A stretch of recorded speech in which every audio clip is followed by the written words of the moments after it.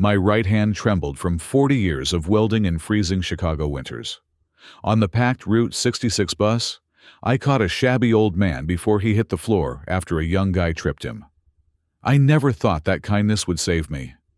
But when we walked into Zenith Capital together, my son went pale as death. That stranger held a secret that could destroy him. Do you believe in karma?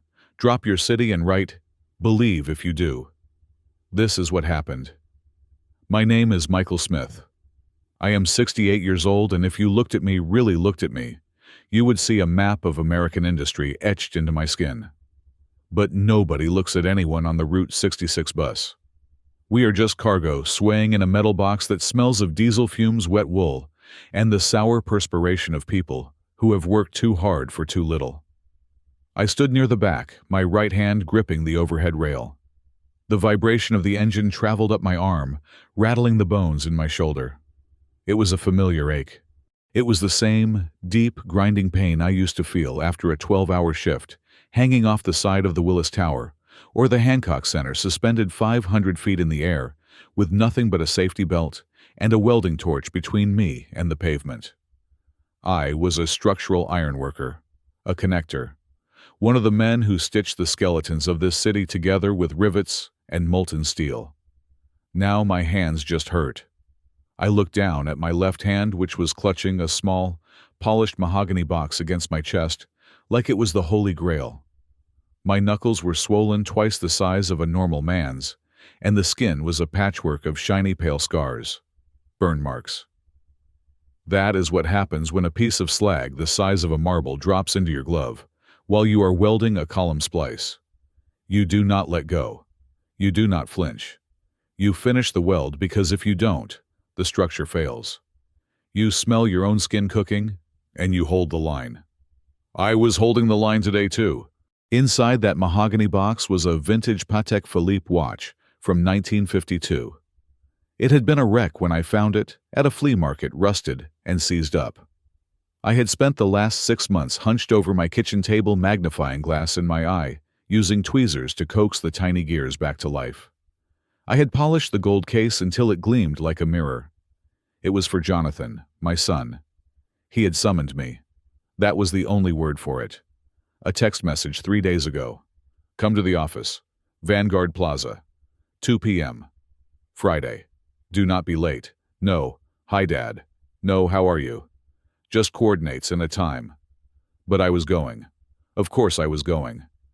I had put on my best flannel shirt, the one with the blue and gray plaid that was ironed crisp, and my Carhartt canvas jacket. It was old, the beige fabric softened by years of wear, but it was clean. It was honest.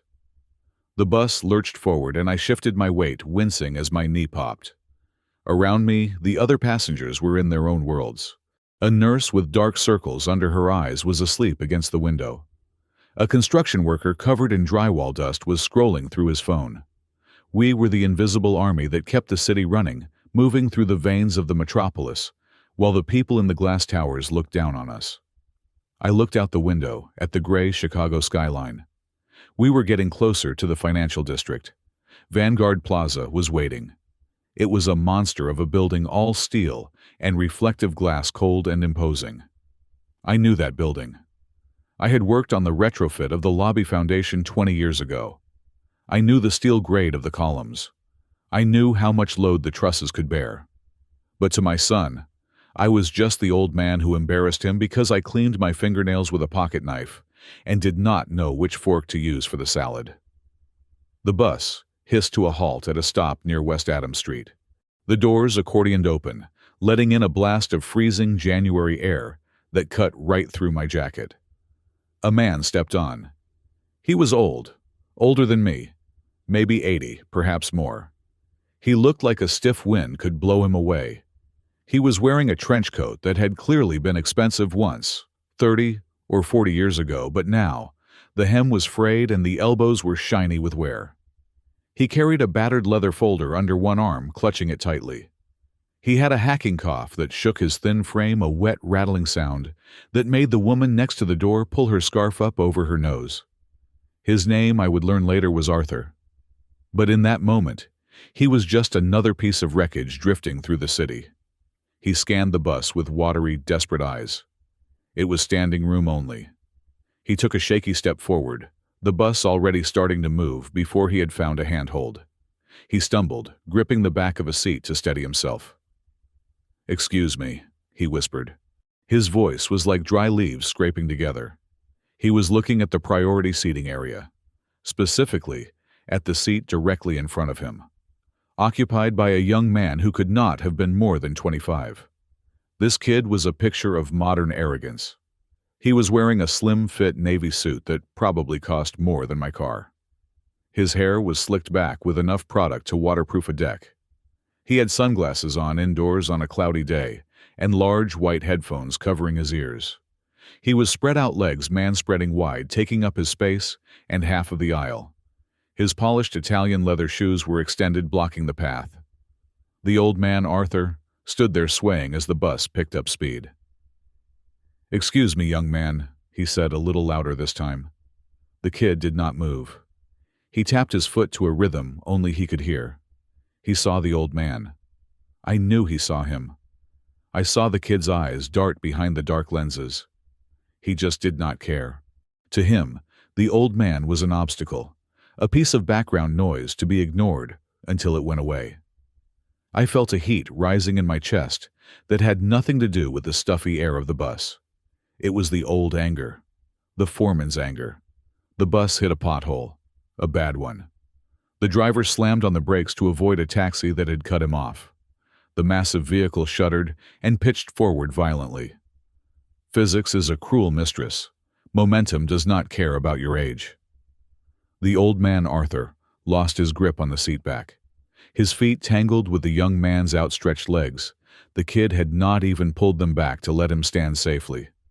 Arthur went down. He fell forward head first, aiming straight for the steel support pole near the door. My body moved before my brain even registered the danger. This was instinct. This was 40 years of catching drop tools, grabbing slipping apprentices and balancing on 6-inch beams, while the wind tried to kill you. You do not think. You act. I dropped the mahogany box into my left pocket and lunged. My boots slammed onto the rubber floor mat, anchoring me. I threw my right arm out, the one with the bad shoulder, the one that screamed in protest every morning. I caught him. My hand, wide and calloused, wrapped around the fabric of his coat at the chest. I absorbed his weight, swinging him away from the steel pole. The momentum slammed my own shoulder into the metal stanchion with a sickening crunch, but I did not let go. I held him up. I took the hit. The bus came to a complete jarring halt. Silence filled the space for a heartbeat, broken only by the heavy breathing of the old man in my arms. He was light, terrifyingly light, like a bird with hollow bones. "I have got you," I grumbled, gritting my teeth against the fire flaring in my shoulder. "Steady now," I set him upright. He was trembling, his face pale and clammy. He looked at me stunned. "Thank you," he wheezed. I tripped." "You didn't trip," I said, my voice low and dangerous. I turned my head slowly to look at the young man in the suit. He had not moved to help. In fact, he looked annoyed that the commotion had interrupted his music.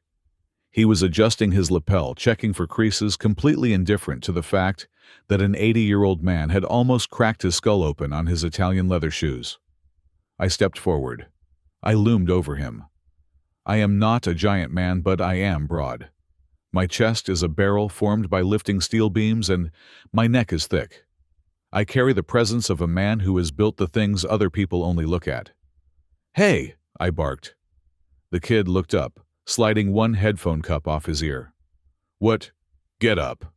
He looked me up and down, sneering at my faded Carhartt jacket, my work boots, the gray stubble on my chin. He saw a nobody. He saw a laborer. "Chill out, old man. There are other seats in the back." "This is priority seating," I said.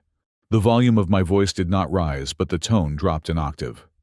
It was the voice I used when a crane operator was swinging 2 tons of steel too close to my crew. It was a voice that did not ask questions.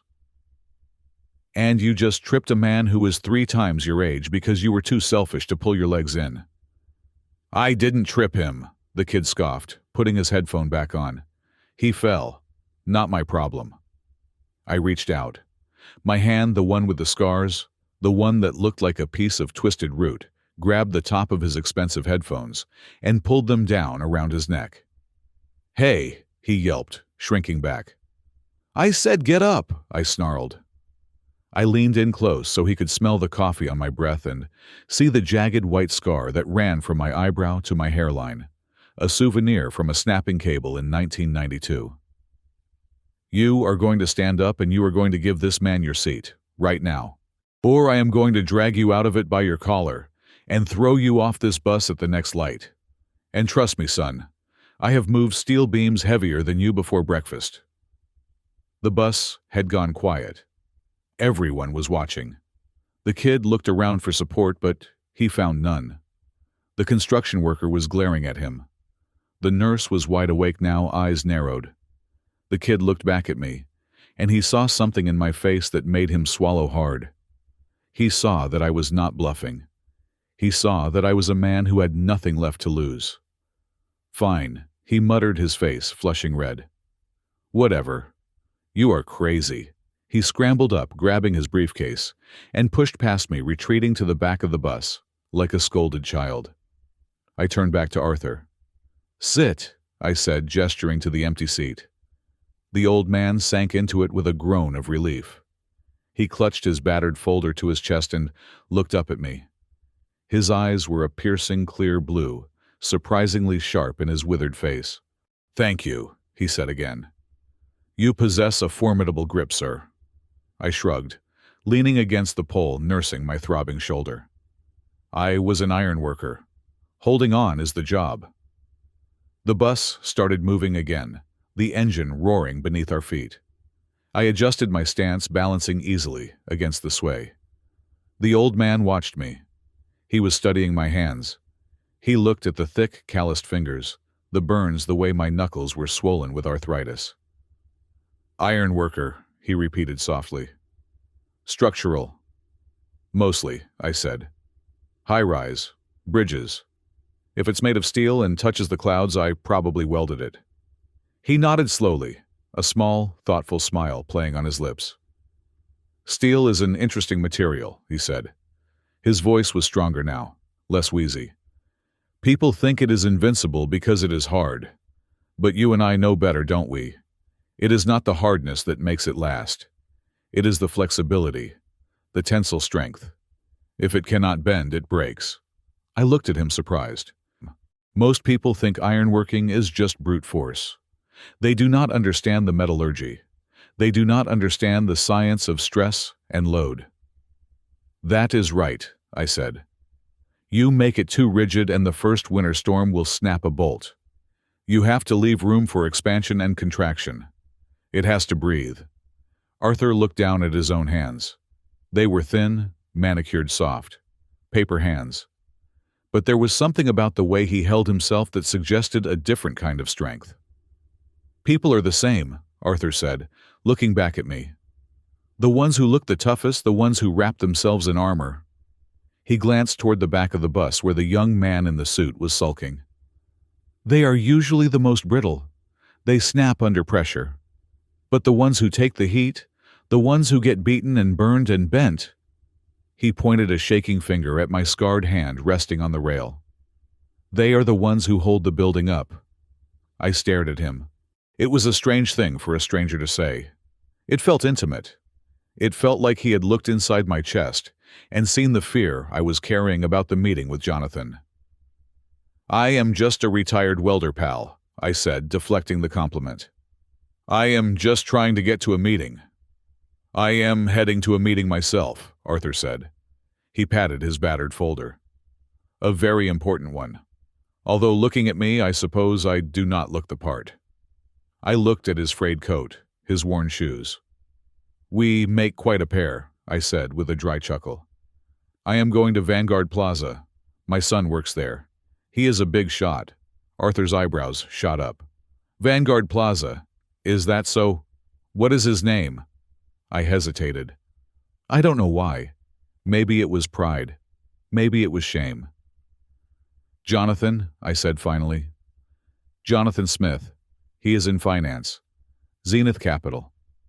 For a split second I thought I saw a flicker of recognition in the old man's blue eyes. A sharpening. But it vanished as quickly as it came, replaced by that benign, tired smile. "Zenith Capital," Arthur mused. "Sounds impressive. You must be very proud." "I am," I lied. The words tasted like ash in my mouth. "He has done well for himself. Better than his old man, anyway." "Success is not measured by the suit you wear," Arthur said quietly. "It is measured by what you do when the bus breaks." I didn't have an answer for that. The bus was slowing down again. The voice over the intercom crackled. "Financial District. Vanguard Plaza. Next stop." "Looks like this is us," I said. "Indeed," Arthur said. He struggled to stand up. I reached out and took his elbow, steadying him. "Easy. I have got you." "You keep saving me," he said. "Don't get used to it," I grunted. "I have got a bad shoulder." We moved toward the door, two old men in a young man's city. I checked my pocket to make sure the mahogany box was still there. I took a deep breath, inhaling the smell of the city exhaust-cold river water and money. I was ready to face my son. I was ready to be the embarrassment he expected me to be. But as the doors hissed open, I had no idea that the man leaning on my arm was about to turn my world upside down. I just thought I was helping an old guy off a bus. I stepped out onto the curb, the wind whipping my jacket around my legs, and looked up at the glass tower of Vanguard Plaza. It pierced the gray sky like a needle. "After you," I said to Arthur. He smiled a genuine, mysterious smile. "No, my friend. We walk together." As the bus rattled toward the heart of the financial district, I rested my forehead against the cold glass of the window. The vibration rattled my teeth, but my eyes were locked on the skyline passing by. Most people saw buildings. They saw offices, apartments, monuments to wealth. I saw X-rays. I saw the skeletons beneath the skin. I looked at the black monolith of the Sears Tower looming in the distance. I remembered the winter of 1973. I was 20 years old, hanging off the 92nd floor with nothing but a leather belt and a spud wrench. The wind up there does not just blow, it screams. It cuts through canvas and wool like a razor blade. I remembered the smell of ozone and melting flux.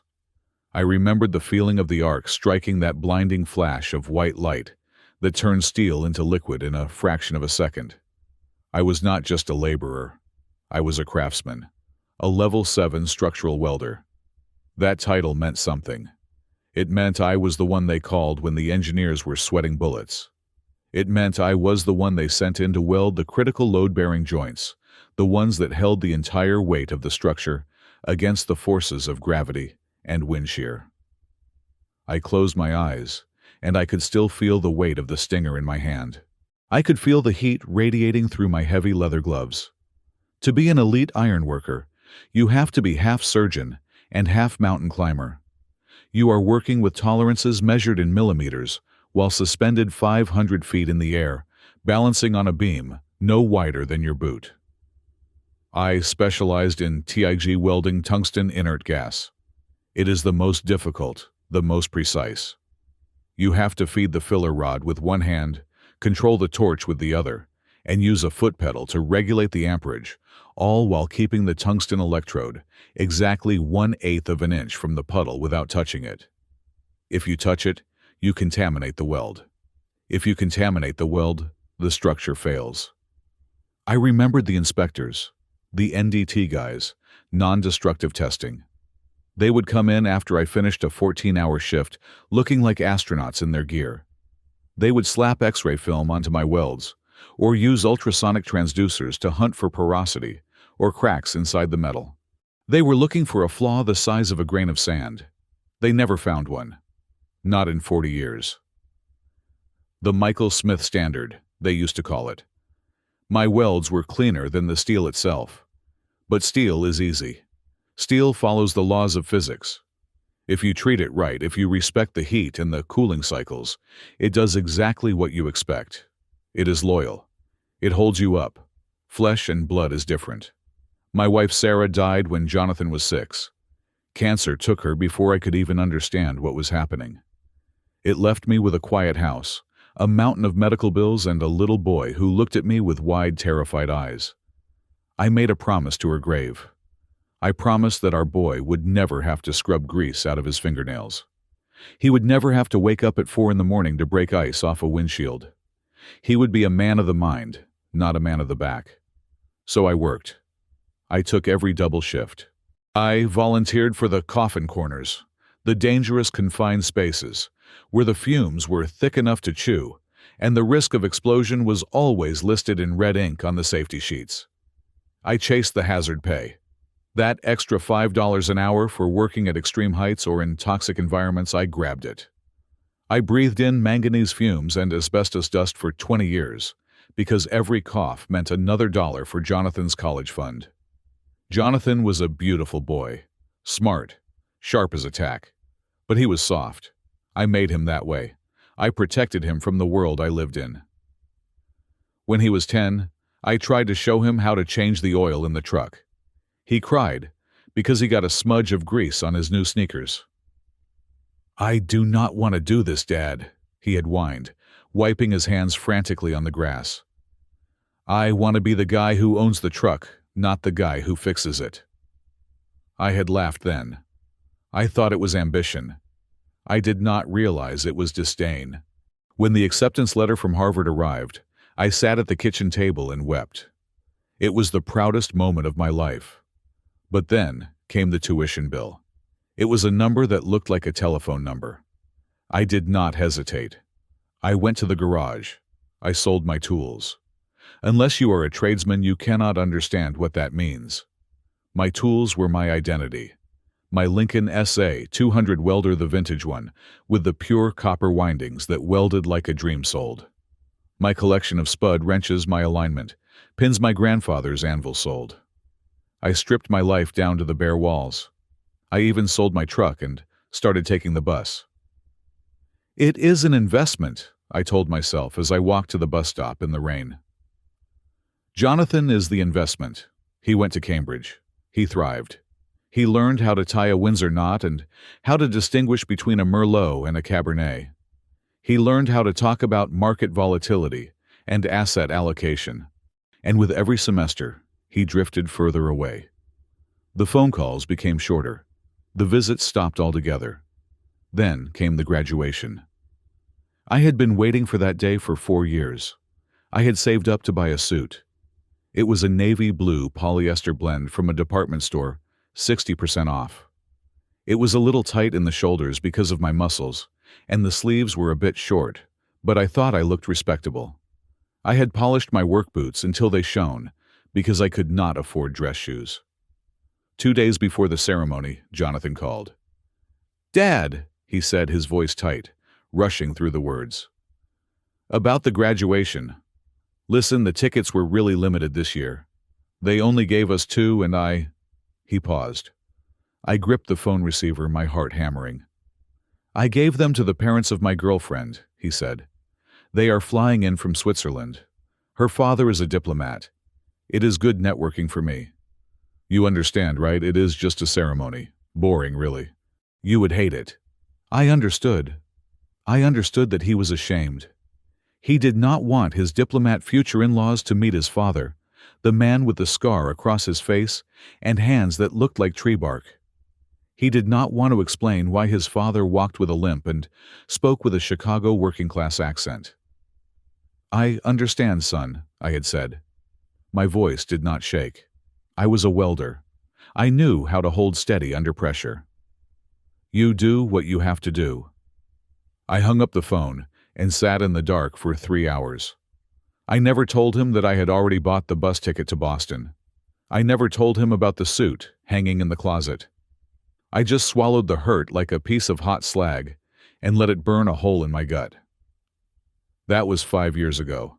Since then, the extraction had continued. Jonathan graduated and went straight to Wall Street, then transferred back here to Chicago to join Zenith Capital. He was making money, serious money, but he always needed more. He had cash flow problems, He had leverage opportunities. Then came the gambling. He never called it that, of course. He called it high-risk derivatives trading or speculative currency positions. But I knew. I knew the desperation in his voice. He had lost big. He was in a hole, and the people he owed were not banks. They were people who broke legs. "I need help, Dad," he had sobbed on the phone that night. "They are going to kill me. I need $400,000. I owned my house free and clear. It was the house my wife and I had bought in 1980. It was the only thing I had left. It was my retirement. It was my sanctuary. I sold it. I signed the papers with a shaking hand, handing over the keys to a young couple, who looked at me with pity. I took the check, every penny of it, and wired it to Jonathan's account. "Thank you, Dad," he had said. "I will pay you back, I swear. Double. Give me 2 years. 2 years passed. Then 3. No money came back. Instead, I moved into a basement apartment in a neighborhood where the police sirens were the lullaby. The dampness made my arthritis scream every morning. I lived on instant noodles and discount bread. I went back to doing odd jobs, fixing fences, and welding broken gates for cash just to keep the lights on. And now, today, the summons to Vanguard Plaza. He had told me on the phone briefly what this was about. The union insurance, Dad. The annuity from the Ironworkers Local 63. The one that kicks in when you turn 68. It was the last scrap of meat on the bone, the final safety net. A lump sum payout, meant to pay for my medical care when my body finally gave out completely.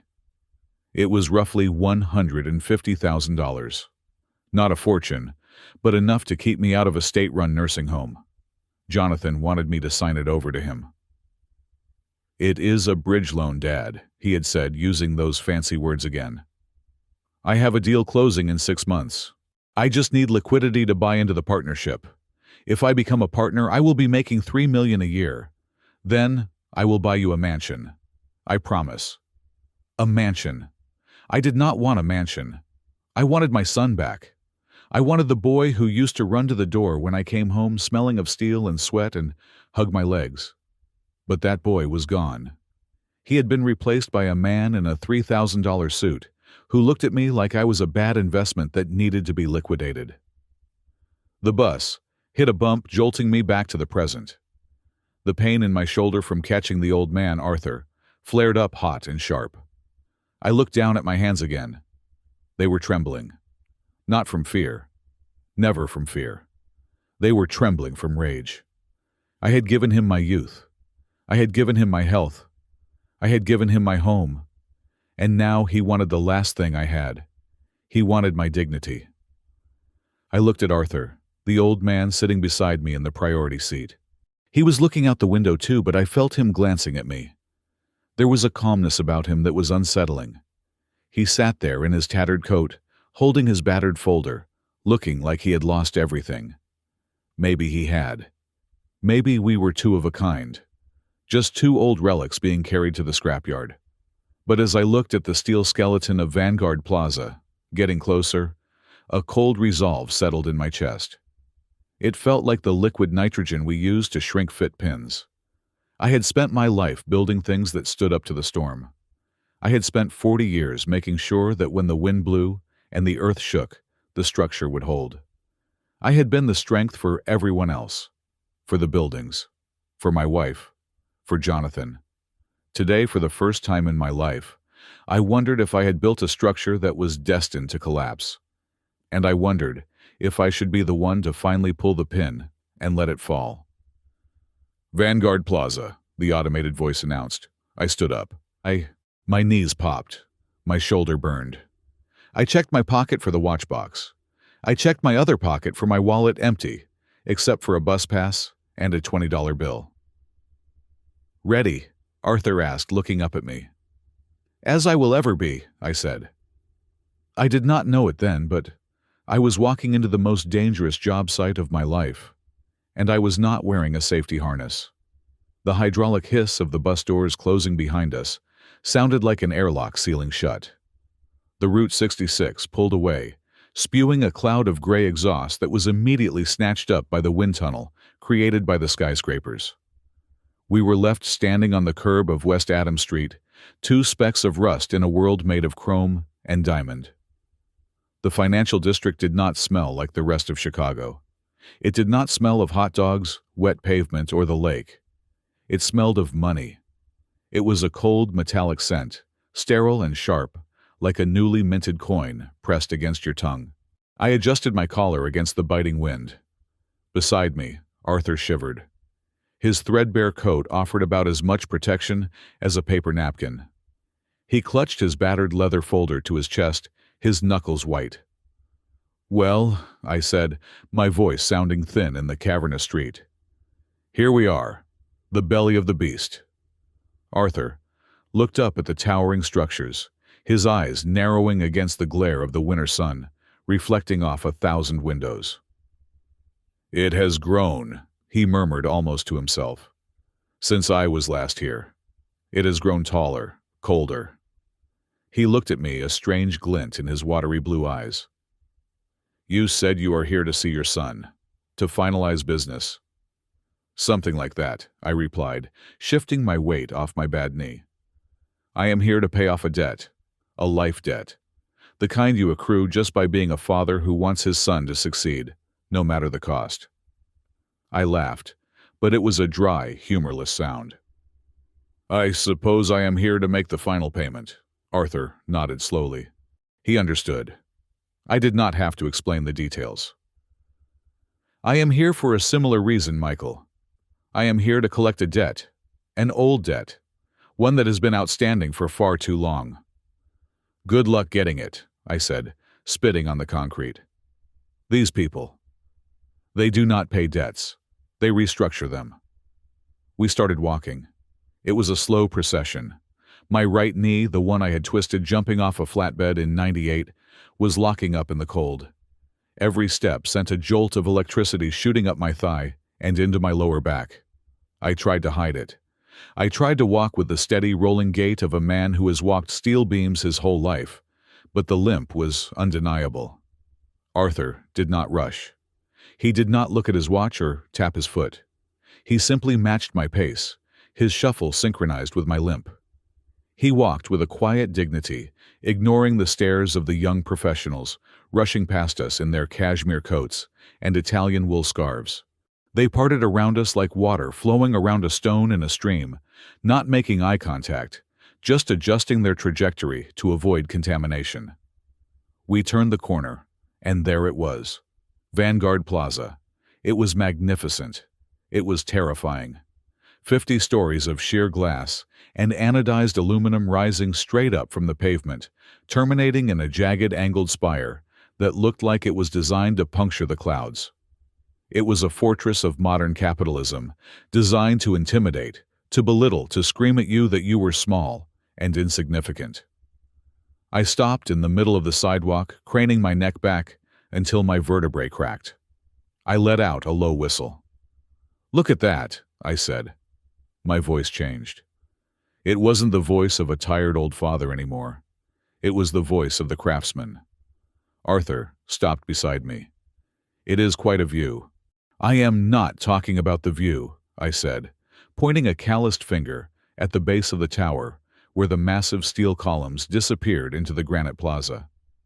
"I am talking about the load path. See those columns? Those are not standard box columns. Those are built-up wide flange sections. Probably grade 50 steel, maybe even grade 65 for the lower tiers." I stepped closer to the glass facade, ignoring the doorman who was already eyeing us with suspicion. I tapped my boot against the granite base. "I worked on this building," I said, the memory flooding back. 20 years ago, they had a settlement issue with the foundation. The caissons were shifting in the soft clay. They called my crew in to retrofit the basement levels with heavy transfer girders. We had to weld 4-inch thick plates in a crawl space with water up to our ankles. I traced the line of the column with my eyes, visualizing the hidden skeleton beneath the glass skin. That is an H-beam configuration. It is designed to take massive compressive loads, but it is stiff. If the wind hits this thing from the north, the torque on those connections is immense. You have to use full penetration welds. If you leave even a speck of slag in there, the whole joint compromises." Arthur was staring at me. The polite, vague expression he had worn on the bus was gone, replaced by a look of genuine fascination. He looked from me to the building and back again. "You see all of that?" he asked softly. "Just by looking at the skin." "I see what holds it up," I said. "Most people just see the shine. I see the sweat. I see the hours. I see the danger." I turned to him. "This building stands because men like me breathed in poison for 6 months to fix the mistakes of the architects who drew pretty lines on paper." Arthur smiled. It was a small, sad smile. "The foundation is always the most important part," he said, "and usually the most neglected." "Come on," I said, shaking off the memory. "Let's go inside before I lose my nerve." We approached the main entrance. It was a revolving door, a spinning cylinder of crystal clear glass that looked like it belonged on a spaceship. We stepped in, shuffling together in the same compartment. The transition was instant. 1 second we were in the howling, freezing wind of Chicago.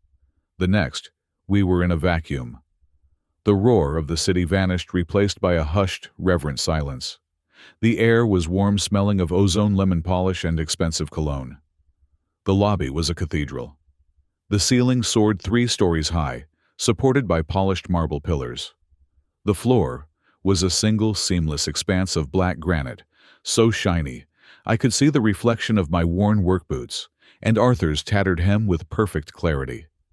Abstract art, twisted shapes of bronze that looked like nothing in particular hung on the walls. We were distinct anomalies in this space. We were dirt on a lens. I clutched the mahogany box in my pocket, feeling the solid weight of the watch. It was my anchor. I took a breath and marched toward the reception desk. It was a monolithic slab of white marble, behind which sat a young woman who looked like she had been genetically engineered for this specific environment. Her hair was pulled back in a severe bun. Her blouse was silk. Her glasses were framed in gold. She did not look up as we approached. She was typing on a sleek keyboard, her manicured fingers moving in a blur. "Excuse me," I said. She stopped typing. She did not look up immediately. She let the silence stretch for 3 seconds, a power move. Then slowly, she raised her head. Her gaze started at my boots, traveled up my faded Carhartt jacket, lingered for a fraction of a second, on the scar on my face, and finally met my eyes. Her expression was not hostile. It was worse. It was bored. "Deliveries are around the back," she said. Her voice was flat, practiced. "Loading Dock B. You need to sign in with the dockmaster." She looked past me to Arthur, and her nose wrinkled slightly, as if she had detected a bad smell. "And we do not allow soliciting or loitering in the lobby. You need to leave, immediately." I felt the heat rising in my neck. My hands curled into fists at my sides. "I am not a delivery man," I said, keeping my voice steady. "And I am not soliciting. I have an appointment." She raised a perfectly sculpted eyebrow. "An appointment with whom? The maintenance supervisor?" "With Jonathan Smith," I said. "He is an associate director at Zenith Capital, 28th floor." She paused. A flicker of doubt crossed her face, but it was quickly replaced by skepticism. She typed something into her computer, her long nails clicking against the keys like hail on a tin roof. "Name?" she asked without looking at me. "Michael Smith," I said. "I am his father." Her fingers stopped. She looked up again, and this time her eyes widened slightly. She looked me over again, reassessing. She was trying to reconcile the image of the slick, ambitious Jonathan Smith, in his tailored suits, with the rough-hewn, scarred old man standing before her in a work jacket. The math did not add up in her head. "His father," she repeated, the tone hovering somewhere between disbelief and pity. "Yes, his father. Call him." She picked up the phone, pressing a single button. She murmured something into the receiver too low for me to hear, but her eyes never left my face. She listened for a moment, nodded, and then hung up. When she spoke again, the boredom was gone, replaced by a sickly, sweet, patronizing tone that was infinitely more insulting. "Mr. Smith," she said, flashing a smile that did not reach her eyes. "Jonathan, Mr. Smith, is currently in a very high-level partners meeting. He cannot be disturbed right now." "He told me to be here at 2, I said, glancing at the clock on the wall. It was 1:55. "I am early. Yes, well, things happen," she said dismissively. "He asked that you wait." "Fine," I said. "I will go up to his waiting room." "No," she said sharply. "He was very specific. He wants you to wait here, in the lobby." She gestured vaguely toward the expanse of marble behind me. "He said he will come down when he has a break. It might be a while." Wait in the lobby. Like a courier. Like a dog tied up outside a store. He did not want me upstairs. He did not want me seen by his colleagues, his clients, his bosses. I was a stain he wanted to keep on the ground floor. "And him?" she asked, pointing a pen at Arthur. "Is he with you?" I looked at Arthur. He was standing quietly observing the lobby with that same intense, calculating look he had given the building's exterior. "Yes," I said. "He is with me." "Well," she sighed, "just try not to be conspicuous." Before I could respond, a shadow fell over us. I turned to see a security guard looming. He was a mountain of a man wearing a blazer that struggled to contain his biceps. He had an earpiece and the dead eyes of someone who enjoyed telling people no. "Problem, Sarah," he rumbled. "No problem, Gary," she said, returning to her typing. "They are waiting for Mr. Smith from Zenith. Just make sure they don't bother the clients." Gary turned his dead eyes onto me. He stepped into my personal space, using his size to intimidate. I did not flinch.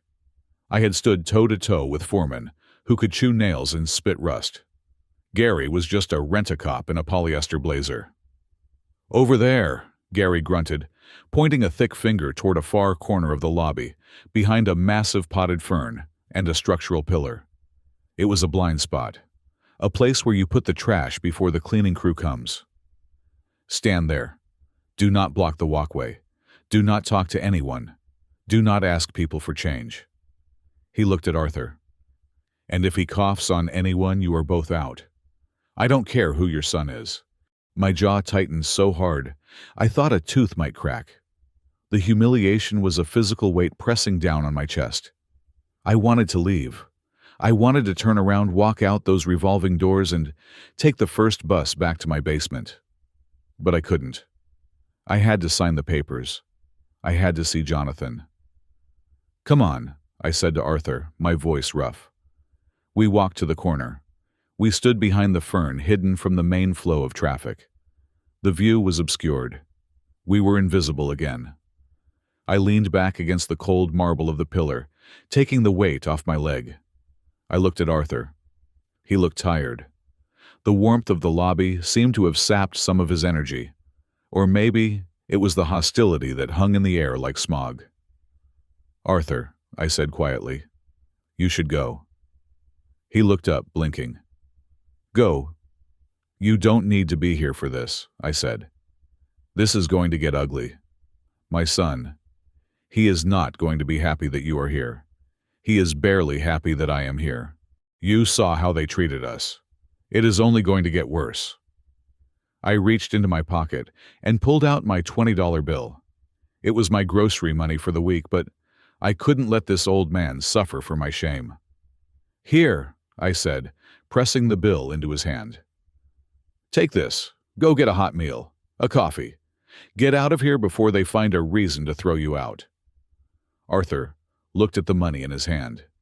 He stared at the crumpled face of Andrew Jackson for a long moment. Then he looked up at me, and his eyes were fierce. "No," he said. He folded the bill and pressed it back into my hand. His grip was surprisingly firm. "Arthur, please," I said. "I am trying to protect you." "I know you are Michael," he said. You have been protecting people all your life. But I am not leaving." "Why?" I asked, frustrated. "Why do you care? We met 40 minutes ago." He straightened his spine. He smoothed the front of his tattered coat. For a second, just a second, he didn't look like a derelict. He looked like the statue of a general. "Because I have business here," Arthur said. He turned his gaze toward the elevators, watching the digital numbers climb. "And because I want to see this structure you built. I want to see if your son has any steel in his spine or if he is just made of glass." "He is my son," I defended automatically, though my heart wasn't in it. "We shall see," Arthur said. "We shall see." We stood there in the shadows, two old men hiding behind a plant, waiting for the prince of the tower to descend. I clutched the mahogany box. Arthur clutched his folder. The silence of the lobby was heavy, pressing in on us, amplifying the ticking of the clock.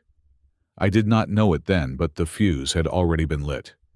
The explosion was coming, and we were standing right at ground zero. 30 minutes. That is how long we stood in the shadow of the potted fern. 30 minutes of watching the digital numbers on the elevator bank rise and fall. 30 minutes of feeling the marble pillar suck the heat out of my back while my bad knee throbbed in time with my heartbeat. I watched the lobby. It was a conveyor belt of wealth. Men in pinstripes, women in power suits, couriers with sealed envelopes. They moved with a specific kind of urgency, the kind that says their time is worth more per minute than I used to make in a week. Arthur stood beside me, silent as a stone. He did not complain. He did not ask to sit. He just watched the elevator doors with the patience of a hunter waiting in a deer stand. Then a soft chime cut through the low hum of the lobby. The central elevator, the one marked with platinum lettering, slid open. 3 people stepped out. I knew him instantly, even from 50 feet away. You never forget the shape of your own child, even when they have wrapped themselves in layers of expensive wool and pretense. Jonathan.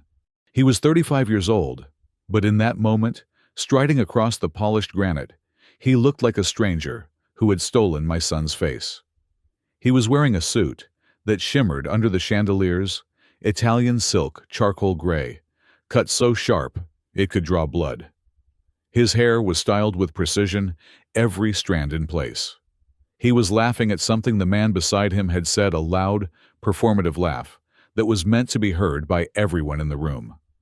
He was flanked by 2 colleagues, a man with a tablet tucked under his arm, and a woman who was checking her phone with an air of immense boredom. They looked like accessories, shiny, expensive things he kept around to reflect his own light. My heart did not swell with pride. It contracted. It felt like a cold hand had reached into my chest and squeezed. I stepped out from behind the fern.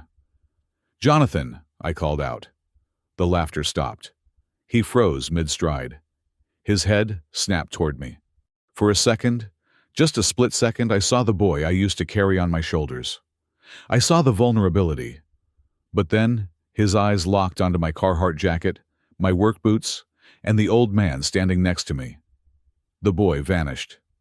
The associate director of Zenith Capital took his place. His face contorted. It was a spasm of pure, unfiltered annoyance. His jaw tightened, and the color drained from his cheeks, not from fear, but from anger. He said something to his colleagues, a quick, dismissive command, and they hung back watching with amused curiosity. Jonathan marched toward us. He did not walk like a son greeting a father.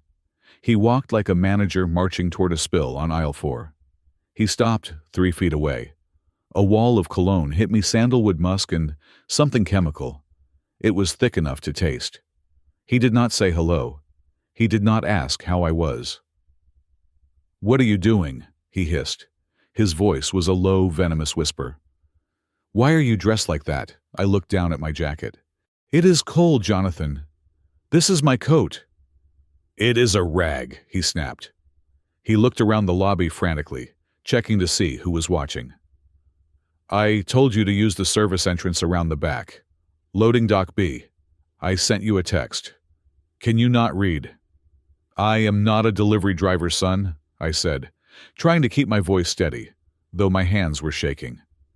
"I am your father. I came in the front door." "You look like a janitor," he said, his eyes raking over my faded jeans and the scars on my hands. "Do you have any idea who is in this building? My managing director is upstairs. Clients worth hundreds of millions are walking through here, and you are standing next to a fern looking like you escaped from a shelter." The words hit me like buckshot. I had taken hits from sledgehammers that hurt less. I had fallen from scaffolding and broken ribs, and it did not ache like this. I swallowed the lump in my throat. I reached into my pocket and pulled out the mahogany box. My fingers brushed the smooth wood. This was my peace offering. This was the bridge. I brought you something," I said, holding it out. My hand trembled just a little. "I know we are here to talk business, but I wanted to give you this first." Jonathan looked at the box. He did not take it. He looked at it with the same expression he would use for a dead rat. "What is it?" he asked. "Open it," I urged gently. He sighed a heavy, dramatic exhale of a martyr and snatched the box from my hand. He flipped the lid open with his thumb. Inside, the vintage Patek Philippe rested on the velvet cushion. The gold caught the light. It was perfect. I had spent 6 months of my life, hundreds of hours squinting through a loop, cleaning every gear, oiling every pivot. I had poured my soul into that mechanism. "It is a 1952 Patek," I said, a little pride seeping into my voice. "I found it at a flea market. It was dead. I brought it back. I polished the case, replaced the mainspring. It keeps perfect time now. Better than new." Jonathan stared at it for 2 seconds. Then he snapped the lid shut. "A flea market," he repeated. The disdain dripped from the words. "It is a classic, Jonathan. It is real craftsmanship." "It is used, Dad," he said, shoving the box back at my chest. I had to fumble to catch it before it hit the floor. "I do not wear second-hand jewelry. I have an Apple Watch that tracks my heart rate and my portfolio. Or if I want a dress watch, I wear the Rolex I bought myself last year. A new one." He wiped his hand on his pants, as if touching the box had contaminated him. "I don't need your trash," he said, cold and flat. "We are here to talk about the papers. Did you bring them?" I stood there, clutching the box to my heart. The gears inside the watch were ticking away, marking the seconds of a relationship that was dying right in front of me. I stammered. "I haven't signed them yet. I wanted to talk to you first, about the house, about the money I sent you." "There is nothing to talk about," he cut in. "You sign the waiver, you get the placement in the nursing home. It is a good deal, better than you can afford on your own." "But the money from the house." "That is gone, Dad." He raised his voice, and a few heads turned in the lobby. He lowered it instantly, his eyes flashing. "That was an investment. It is tied up, market volatility. You wouldn't understand. Now are we doing this or not?" It was then that he finally noticed Arthur. Arthur had not moved. He was standing just behind my right shoulder, watching the entire exchange with eyes that were cold and sharp as frozen steel. Jonathan frowned. He stepped back, looking Arthur up and down. He took in the frayed coat, the split shoes, the battered folder. His lip curled into a sneer that was so ugly it distorted his handsome face. "Who is this?" Jonathan asked, pointing a manicured finger at Arthur. "Did you bring a friend?" "We met on the bus," I said. Jonathan let out a short, incredulous laugh. "The bus? Of course. You take the loser cruiser, pick up a stray, and bring him to my office." He stepped closer to Arthur, invading his personal space. "Hey, old-timer. You lost the soup kitchen is 5 blocks east. This is Vanguard Plaza." Arthur did not flinch. He did not look down. He looked Jonathan straight in the eye. "I am not lost," Arthur said. His voice was quiet, but it carried a weight that surprised Jonathan. "And I am certainly not looking for soup." "Jonathan, stop it," I said, stepping forward. "He is with me. He had a hard time on the bus. I am just helping him out." "Helping him out?" Jonathan turned on me, his face turning a blotchy red. "By bringing him here. Look at him, Dad. He smells like wet dog and failure. This is a billion-dollar company. We deal with Fortune 500 CEOs. We do not run a homeless shelter for your senile friends." "He is a human being," I snapped. The anger was bubbling up now, overriding the hurt. "And he has more manners in his little finger than you have in that entire expensive suit." Jonathan's eyes went wide. He was not used to me fighting back. I had been the compliant check-writing father for too long. "Don't you dare lecture me," Jonathan spat. "You are standing in my lobby, wasting my time, embarrassing me in front of my team. I have tolerated your mediocrity for years. But this dragging a beggar into my workplace." He turned around and waved his hand. "Gary Security." The mountain of a security guard, Gary, who had been watching us like a hawk, started walking over. His hand was already resting on his belt. "Get them out," Jonathan said, pointing at Arthur. "Toss the old bum out on the street, and take my father to the loading dock. If he wants to talk to me, he can wait by the dumpsters where he belongs." "Yes, sir, Mr. Smith," Gary grunted. He reached for Arthur's arm. His hand was the size of a ham hock. Something in me snapped. It was the sound of a cable breaking under tension. It was the sound of a weld giving way. I dropped the mahogany box into my pocket. I stepped in. I moved with a speed that defied my 68 years. I planted my left boot between Arthur and the guard.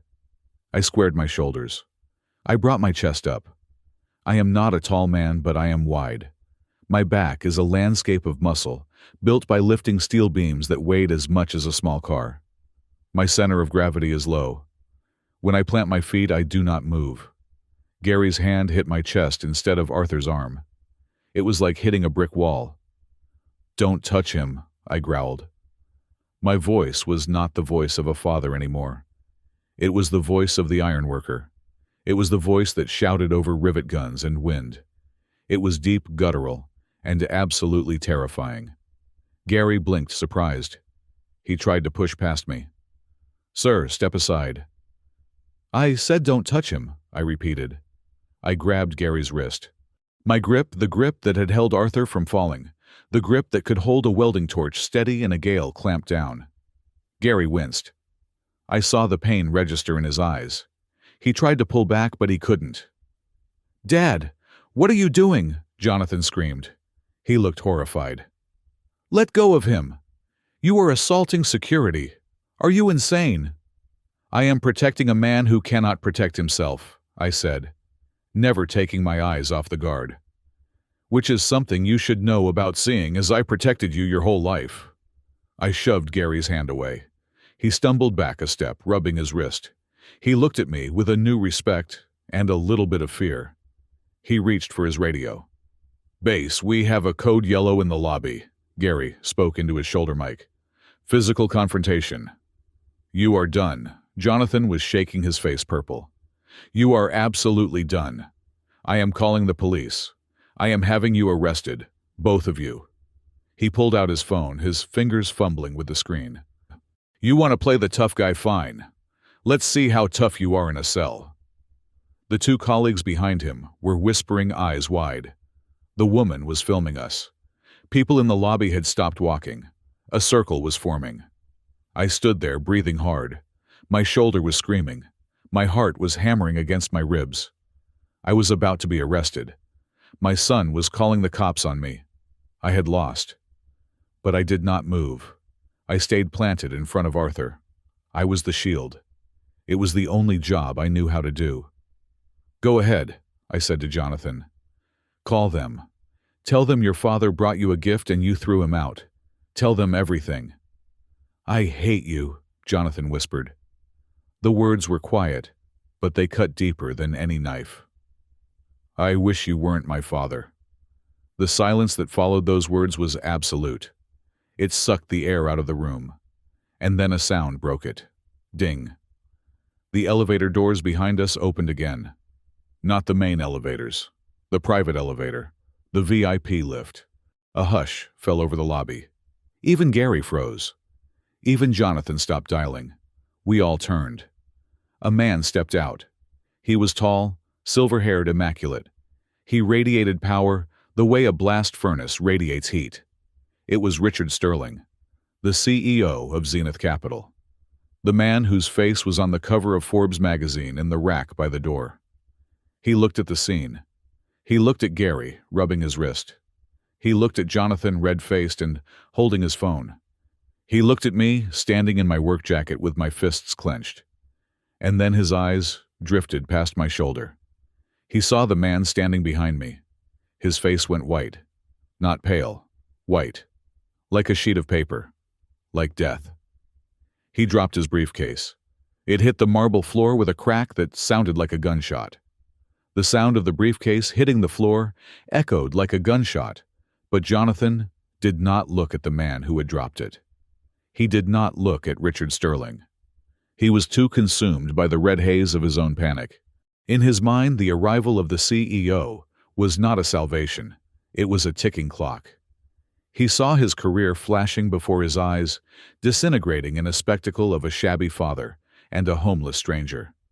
He had to sanitize the scene. He had to sweep the dirt under the rug before the boss saw the mess. He grabbed my arm. His grip was not the firm, reassuring hold of a man. It was the clawing, desperate grasp of a drowning swimmer, pulling someone else under to save himself. His fingernails dug into the canvas of my jacket, pinching the skin of my bicep through the fabric. "Over here," he hissed, his voice trembling with a mixture of rage and adrenaline. "Now, before you ruin everything." He yanked me violently toward the architectural recess, near the elevator bank, a small alcove, hidden from the direct line of sight of the reception desk by a massive pillar. It was private enough to hide a body, but close enough that the acoustics of the marble lobby would carry our voices. I stumbled, my bad knee buckling under the sudden lateral force. I almost went down, but I caught myself against the cold stone wall. Arthur did not stay behind. Despite the security guard standing there, Arthur took 2 silent steps to the side, positioning himself just on the other side of the pillar. He was out of Jonathan's direct line of sight, but I could see the hem of his tattered coat. He was listening. He was bearing witness. Jonathan did not care about Arthur anymore. He cared about the folder tucked under his arm. He slammed it against the marble wall, flattening it with his palm. "We are finishing this," Jonathan said. His eyes were wide, the pupils dilated. He looked like a cornered animal. "Right now. You are going to sign, and then you are going to leave through the back door, and I am going to tell Mr. Sterling that you were a confused client who wandered into the wrong building." "Jonathan," I said, rubbing my arm where he had grabbed me. "Mr. Sterling is right there. He looks—" "I don't care how he looks," Jonathan snapped, spittle flying from his lips. "He is looking at a disaster. He is looking at you. Do you know how hard I have worked to cultivate an image here? Do you know how much it costs to look like I belong?" He ripped the folder open. Inside was a thick stack of legal documents, the pages dense with single-spaced text. At the top, in bold black letters, it read, "Irrevocable power of attorney and asset guardianship transfer." It looked official. It looked deadly. "What is this?" I asked, looking at the dense paragraphs. "This isn't just about the pension. It is a standard protection agreement," Jonathan said, pulling a gold fountain pen from his pocket. He uncapped it with a savage twist. "It gives me legal control over your remaining assets, your union annuity, your disability payout, the death benefit from Mom's life insurance that you have been sitting on." I stared at him. The numbers swirled in my head. My union annuity was roughly $150,000. The disability settlement from the accident that ended my climbing days was another $40,000. It was not wealth. It was survival. It was the money that was supposed to pay for my medicine, my heat, my food, when I could no longer weld gates for cash. "You want it all," I whispered. "Jonathan, that is everything I have. If I give you that, I have nothing. How will I live? How will I pay rent? You won't have to, Jonathan said. He flipped to the third page of the document and pointed to a clause at the bottom. I have arranged a placement for you. It is a facility called Green Meadows. It is in the suburbs, Joliet. They provide full room and board medical oversight 3 meals a day. Green Meadows. The name hit me like a physical blow. I knew Green Meadows. Every ironworker in Chicago knew Green Meadows. It was where the state sent the indigent cases. It was a warehouse for the forgotten. It was a converted sanatorium with fluorescent lights that buzzed linoleum floors that smelled of bleach and urine, and a staff-to-patient ratio that was criminal. It was not a retirement community. It was a waiting room for the undertaker. Green Meadows, I repeated, my voice hollow. Jonathan, that is a state-run facility. It is a poorhouse. It is efficient, Jonathan said coldly, and it is free for residents with no assets. That is why we need to transfer your money, to qualify you for the indigent status. I looked at him, trying to comprehend the mechanics of his cruelty. He wanted to strip me of my life savings, take every dime I had earned, hanging from steel beams in freezing wind, and then dump me in a facility where I would rot, just so the state would pick up the bill for my existence. And the money, I asked. My $190,000. Where does that go? It goes into a trust, Jonathan said, avoiding my eyes for the first time. Managed by me. A trust for who? For the leverage. He snapped, his patience evaporating. I need the liquidity, Dad. I have an opportunity to buy into the partnership track. The buy-in is $500,000. I am short. The market took a hit and my positions are underwater. If I don't put up the cash by Monday, I lose my spot. I lose everything. You already took the house, I said. My voice was rising, trembling with the sheer weight of the betrayal. $420,000, Jonathan. I sold the house where you grew up. I sold the place where your mother died. I gave you every cent. You said that was for the partnership. You said that was the last time. That was 2 years ago, he hissed. Markets change, that money is gone, absorbed. This is a new round. This is the final push. He jammed the pen into my hand. The metal was cold against my skin. Sign it, he commanded. Sign it and I will make sure you get a private room at Green Meadows. I will make sure they give you the good meds. Refuse and you are on your own. No money. No son. You can freeze in that basement for all I care. I looked down at the paper. The words swam before my eyes. Guardian, ward, incapacitated. He was declaring me incompetent. He was legally defining me as a child, so he could rob me. I looked up at his face. I searched for a trace of the boy I knew. I searched for the toddler who used to cry when he scraped his knee. I searched for the 10-year-old boy who had fallen off his bicycle on the trails near Starved Rock. I remembered that day with a clarity that cut through the fog of the lobby. We had been miles from the trailhead. Jonathan had taken a turn too fast and gone over the handlebars. He had broken his ankle. I heard the snap. He had screamed a high, thin sound of pure terror. "It hurts, Daddy, don't leave me," he had sobbed. "I will never leave you," I had told him. I was 40 years old then, strong as an ox. I had picked him up. He was heavy, a solid kid, but I didn't care. I put him on my shoulders. I left the bikes in the woods. I walked 5 miles back to the truck. 5 miles over uneven ground roots and rocks. My back screamed. My legs burned. But I didn't stop. I talked to him the whole way. I told him stories about the skyscrapers I built to keep him calm. I sang songs. I carried him until my muscles failed, and then I carried him some more because he was my son, and his pain was my pain. I had carried him 5 miles to safety, and now he wouldn't even carry me across the lobby. He wanted to drop me in a hole so he could climb a little higher on his ladder of gold. "You don't need the money, Dad," Jonathan said, breaking my reverie. His voice was quieter now, sinister in its pragmatism. "Be realistic. You are 68. You have maybe 10 years left. 15 if you are unlucky. What are you going to do with that money? Buy more tools you can't use. Fix up old watches nobody wants. He leaned in closer, his breath hot on my face. I am the future. I am the one who matters. I am building a legacy. You are just existing. It is simple resource allocation. The capital should go where it yields the highest return. And that is me. Resource allocation. He was talking about my life, like I was a rusting beam that needed to be melted down for scrap. I am your father, I said. It was a whisper, but it felt like a scream in my chest. I wiped your tears. I fed you. I paid for this suit you are wearing. I paid for the degree on your wall. And I am grateful, Jonathan said, checking his watch. But gratitude doesn't pay the buy-in fee. Sign the paper. He pressed the tip of the pen against the signature line. A small dot of black ink bloomed on the white paper. If I sign this, I asked, will you come visit me at Green Meadows? Jonathan hesitated, just for a fraction of a second.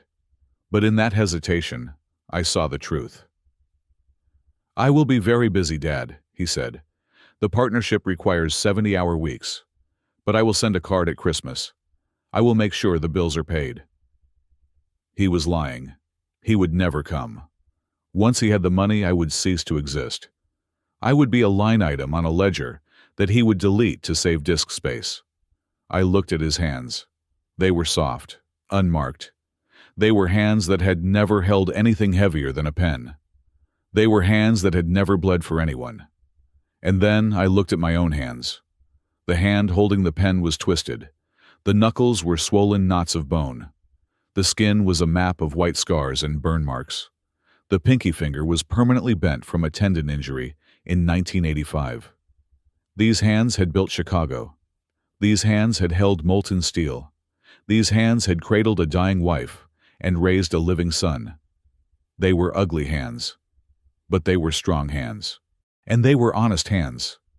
I realized then that I had made a terrible mistake. I had thought that by giving Jonathan everything I was building a strong foundation for him. But I hadn't. I had built a facade. I had built a structure with no core, no integrity. I had shielded him from the struggle that makes a man a man. I had welded the joints for him, so he never learned how to hold his own weight. And now the structure was collapsing, and I had to decide if I was going to let it crush me. No, I said. Jonathan blinked. What? No, I said again louder. I pulled the pen away from the paper. I won't do it, Jonathan. I won't sign. You have to, he snarled, his face contorting into a mask of pure ugliness.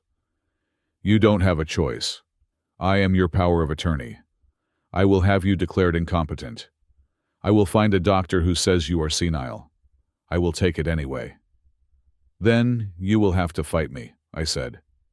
You will have to drag me into court. And I will tell the judge exactly what you did with the house money. I will tell them about the gambling debts. I will tell them everything. You wouldn't dare, he sneered. You are weak. You have always been weak.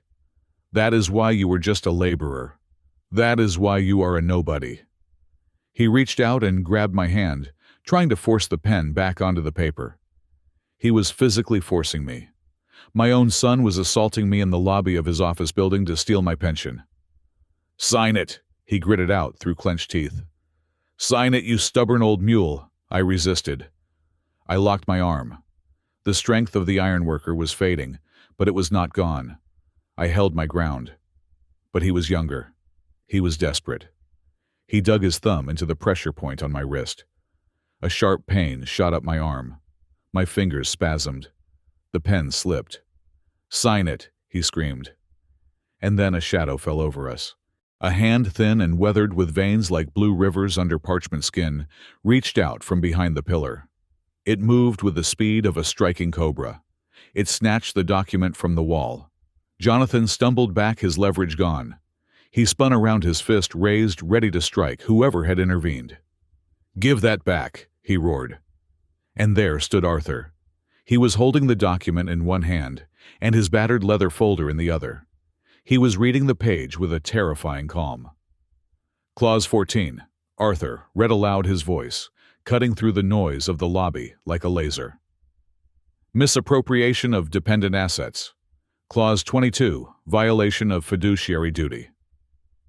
He looked up over the top of the paper. His blue eyes were no longer kind. They were the eyes of a judge passing a death sentence. "You wrote this yourself, didn't you, son?" Arthur asked softly. "It is sloppy, and it is illegal." Jonathan's face went from red to white. He recognized the tone. It wasn't the tone of a homeless man. It was the tone of authority. But he was too far gone to stop. He lunged. "Give me that paper, you filthy beggar!" Jonathan screamed, reaching for Arthur's throat. I moved. I did not think. I did not calculate. I stepped between them. I planted my feet. And as Jonathan, my son, my blood, threw his weight against me to get to the old man, I pushed back. I shoved him. Hard. He flew backward. His Italian leather shoes slipped on the polished marble. He flailed his arms, windmilling, and he landed hard on his backside, sliding 3 feet across the granite floor. The lobby went silent. I stood over him, my chest heaving, my fists clenched. "Do not!" I breathed, my voice shaking, with a rage I had never felt before. "Touch him!" Jonathan stared up at me, shock written on every feature. His father, the doormat, had just knocked him down. "You," Jonathan whispered, "you are dead to me.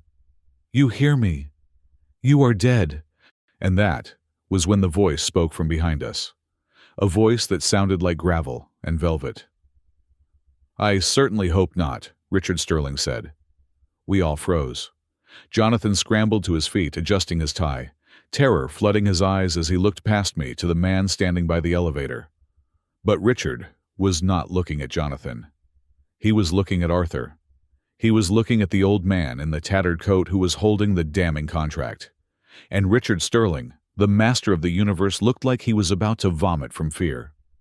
The gold barrel of the expensive fountain pen felt cold and slick against my sweat-dampened palm. It felt heavier than a 10-pound sledgehammer. It felt heavier than the steel beams I used to guide into place 80 stories above the pavement. My hand was trembling so violently that the nib hovered over the signature line, like a hummingbird unable to land. I looked at the document. The black letters seemed to crawl across the white page like insects. Irrevocable. Guardianship. Total asset transfer. These were not just legal terms. They were the coordinates of my surrender. Signing this meant admitting that my life, my 40 years of labor, the cartilage I had ground down to dust, and the skin I had burned off my hands amounted to nothing more than a pile of cash for my son to gamble with. It meant accepting that I was no longer a man, but a liability to be warehoused in a place that smelled of bleach and despair. "Do it," Jonathan hissed. His voice was a tight coil of impatience. He checked his watch again, that nervous tick of a man whose soul is ruled by a schedule. "I have a meeting in 10 minutes. Just sign the damn paper, Dad." I looked up at him. I looked for the child I had taught to ride a bike. I looked for the boy who used to cry when he scraped his knee, the boy I had carried on my shoulders through the woods. He was not there. In his place stood a stranger in a $3,000 suit, a man who looked at me with the same clinical detachment a butcher has for a side of beef. I lowered the pen. The nib touched the paper. A tiny dot of black ink bloomed, spreading into the fibers like a cancer. I was going to do it. I was going to sign. Not because I wanted to, but because I was tired. I was so incredibly tired of fighting. I was tired of being the embarrassment. I was tired of being the man with the dirty fingernails in a world of manicured hands. "That is it," Jonathan encouraged, his eyes greedy. Right on the line. Then the air shifted. It was not a sound.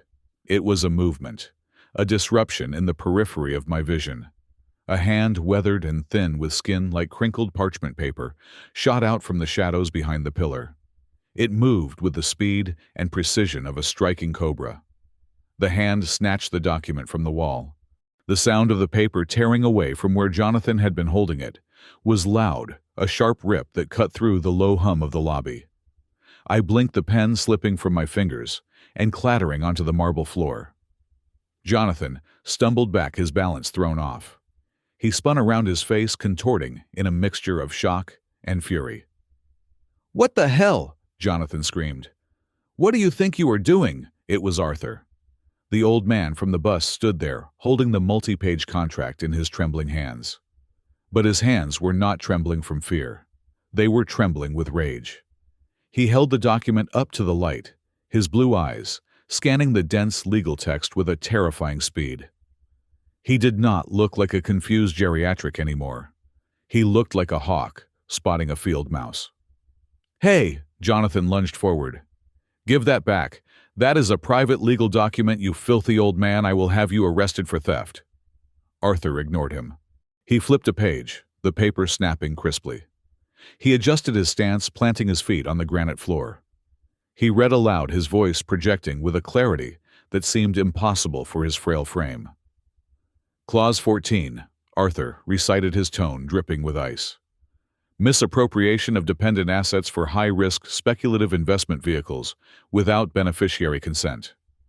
He looked up over the top of the paper, locking eyes with Jonathan. And here, Arthur continued, flipping to the back page. Clause 22, waiver of fiduciary duty and medical oversight.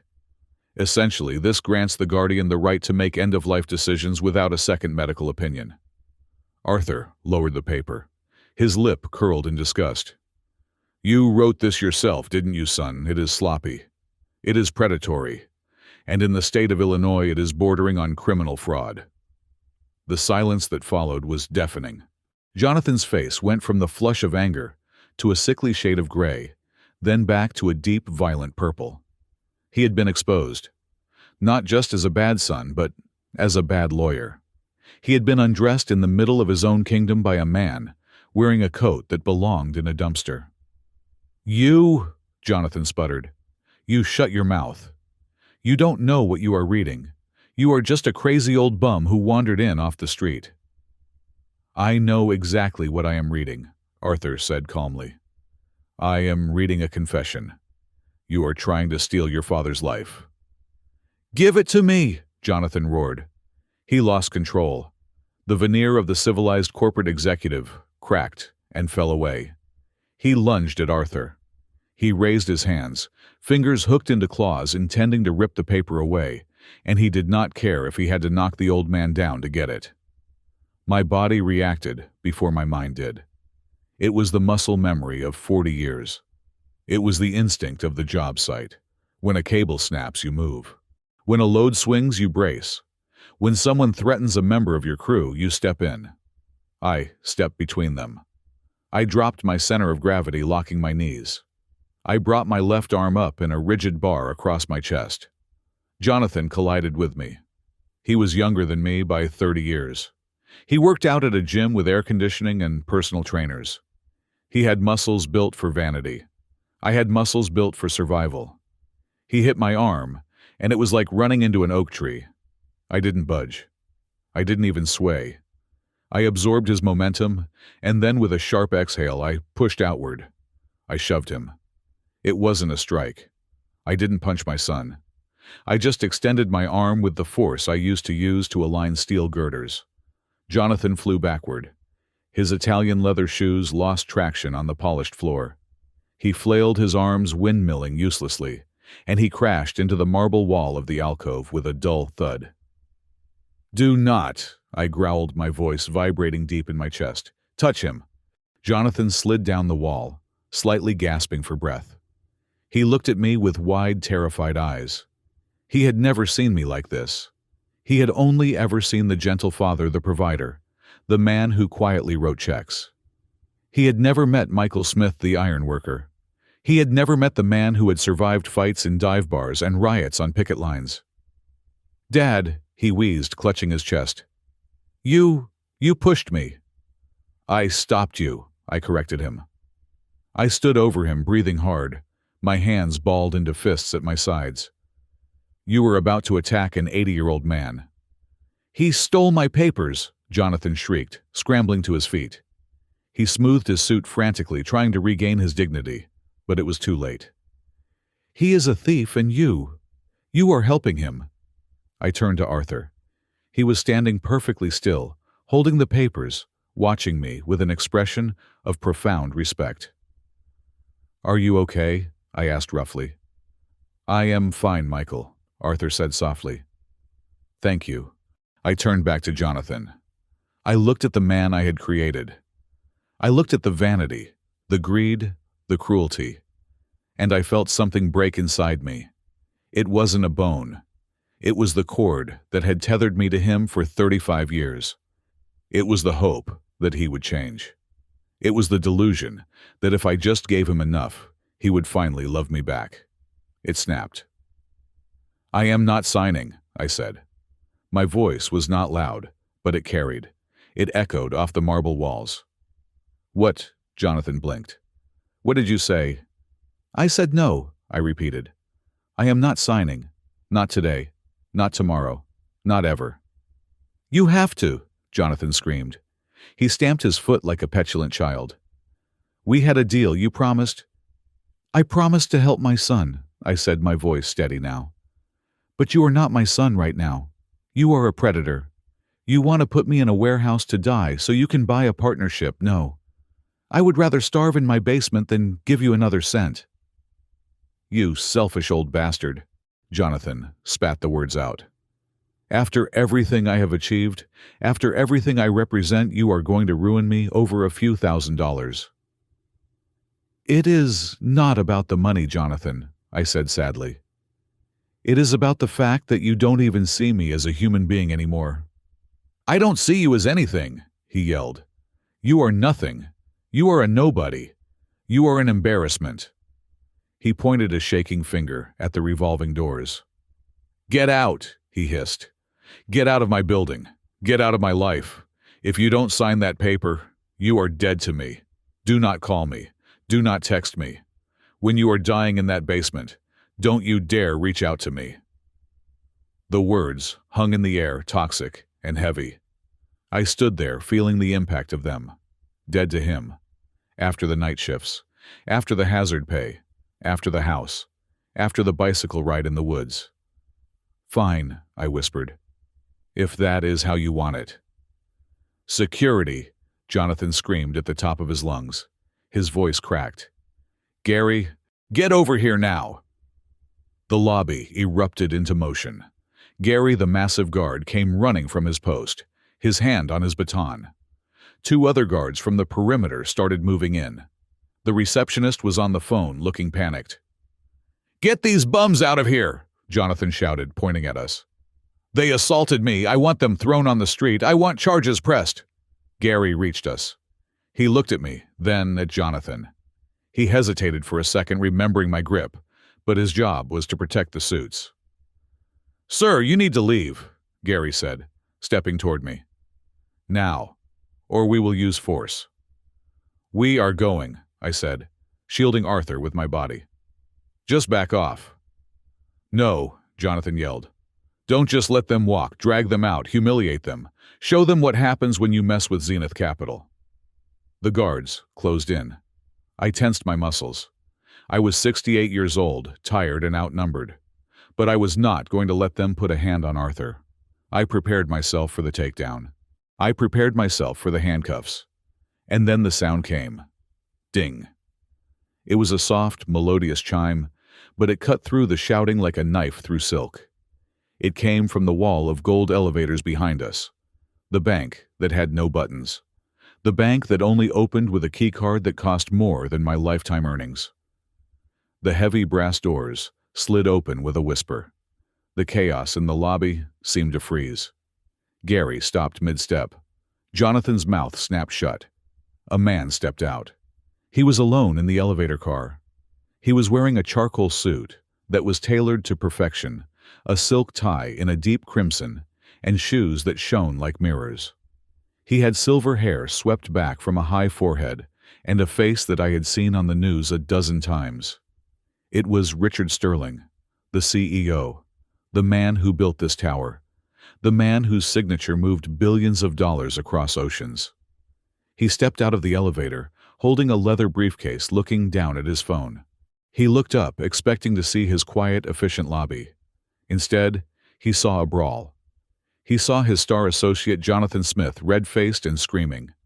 He saw 3 security guards surrounding 2 old men in tattered clothes. He saw me standing with my fists raised in a boxer's stance. And he saw Arthur. Richard Sterling stopped. He stood frozen on the plush carpet runner that led from the elevator. His eyes swept over the scene, confusion knitting his brow. Then his gaze locked onto Arthur. He looked at the frayed coat. He looked at the split shoes. He looked at the battered folder in Arthur's hand. And then he looked at Arthur's face. The color drained from Richard Sterling's face so fast, it was terrifying. His tan skin turned the color of ash. His eyes went wide, bulging slightly. His mouth opened, but no sound came out. He looked like he was seeing a ghost. He looked like a man who had just realized that the ground beneath his feet was not solid rock, but thin air. Jonathan, oblivious to his boss's reaction, turned to him, putting on his best victim face. "Mr. Sterling," Jonathan cried out, pointing at me. "Thank God you are here. These intruders attacked me. I was just trying to handle it. I am having security remove them right now so we can—" "Quiet," Richard whispered. It was a soft word, but it had the force of a thunderclap. "Sir," Jonathan blinked. I said be quiet," Richard roared. His voice cracked with panic. Jonathan flinched as if he had been slapped. Richard Sterling dropped his briefcase. He did not put it down. He dropped it. It hit the floor with a loud crack, spilling papers across the granite. He did not even look at it. He began to walk toward us. He did not walk with the swagger of a CEO. He walked with the trembling, hesitant steps of a sinner approaching the judgment seat. He walked past Jonathan. He walked past the guards. He walked past me. He stopped in front of Arthur. The lobby was dead silent. Every eye was fixed on the 2 men. The billionaire in the suit and the beggar in the rags. Richard Sterling, the man who owned the building, the man who owned the city, slowly, painfully bent his knees. He bowed. He didn't just nod. He bowed from the waist deep and reverent, his eyes fixed on the dirty floor near Arthur's broken shoes. "Mr. Chairman," Richard whispered, his voice trembling so hard I could barely hear it. We didn't know you were in the building." The silence that followed Richard Sterling's bow was absolute. It was not merely the absence of noise. It was a physical weight, a vacuum that sucked the air out of the massive atrium. The hum of the ventilation system seemed to vanish. The distant ringing of phones stopped. Even the revolving doors seemed to pause in their rotation. I stood there, my fists still clenched from the adrenaline of the fight, looking down at the top of Richard Sterling's head. The silver hair of the most powerful man in Chicago was bowed before the man I had saved from falling on a bus. "Mr. Chairman," Richard whispered again, his voice thick with a terrifying mixture of relief and awe. Arthur, my Arthur, the man with the hacking cough and the fraying coat, did not immediately tell Richard to rise. He let the moment hang. He let the image burn itself into the retinas of every employee, every client, and every security guard in the lobby. He stood tall, his posture transforming. The slump of age vanished. His spine straightened. He looked down at the CEO of Zenith Capital, not like a beggar, but like a king, looking at a subject. "You are late, Richard," Arthur said. His voice was no longer the wheezy rasp of the bus ride. It was baritone resonant and commanded instant obedience. "I expected you in the lobby 5 minutes ago." Richard slowly straightened up. His face was pale, beads of sweat forming on his upper lip despite the climate-controlled air. He looked at Arthur's tattered clothes, at the split shoes, and tears actually welled in his eyes. We didn't know where you were, Father," Richard stammered. "The board has been waiting for 2 hours. Security couldn't find you. We thought, with your heart condition, we thought something had happened." "Father," The word hit me like a physical blow to the chest. I looked at Arthur. I looked at Richard. The resemblance was suddenly undeniable. The same sharp nose, the same piercing blue eyes, the same set of the jaw. Richard Sterling was the CEO, yes. But Arthur was the root. He was the Arthur Sterling, the founder, the legend, the man who had built this empire from a single desk in a rented room 50 years ago. I had just threatened to punch a security guard to protect a billionaire. "I am fine, Richard," Arthur said, brushing a speck of lint from his filthy lapel with the dignity of a man wearing a tuxedo. "I decided to take a field trip. I wanted to see the world from the ground floor. It has been a long time since I rode a bus. I wanted to see if the city had changed." He paused, his eyes sweeping over the frozen crowd, lingering on the terrified face of Gary the security guard, and finally landing on Jonathan. "And I wanted to see," Arthur continued, his voice dropping to a dangerous whisper, "if the company I built still had a soul, or if we had just become a machine for grinding people into dust." Jonathan was trembling. It was a full-body vibration. He looked like a man who had just stepped off a ledge and was realizing mid-air that he did not have a parachute. His mouth opened and closed like a fish on a dock. "Chairman," Jonathan squeaked. "Mr. Sterling, I didn't." Richard turned to Jonathan. The relief in his face was instantly replaced by a fury so cold it lowered the temperature of the room. "Jonathan," Richard said, "why were you shouting at the chairman of the board? Why were you ordering security to throw my father out on the street?" Jonathan took a step back, raising his hands in a pathetic gesture of defense.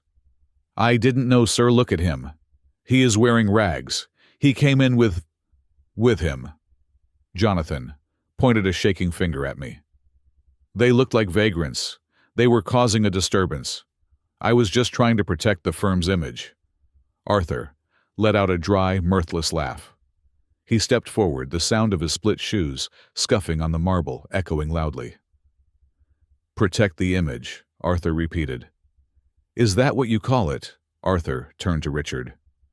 "I went out today to find reality, Richard, and I found it. I found two things." He reached out and placed a hand on my shoulder. His grip was warm, solid. "I found a diamond in the trash," Arthur said, looking me in the eye with a warmth that made my throat tighten.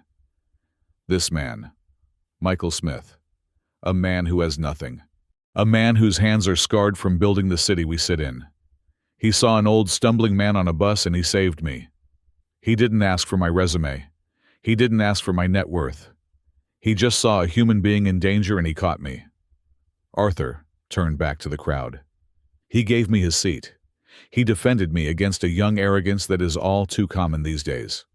And when he brought me here to this temple of greed, he stood between me and your paid thugs.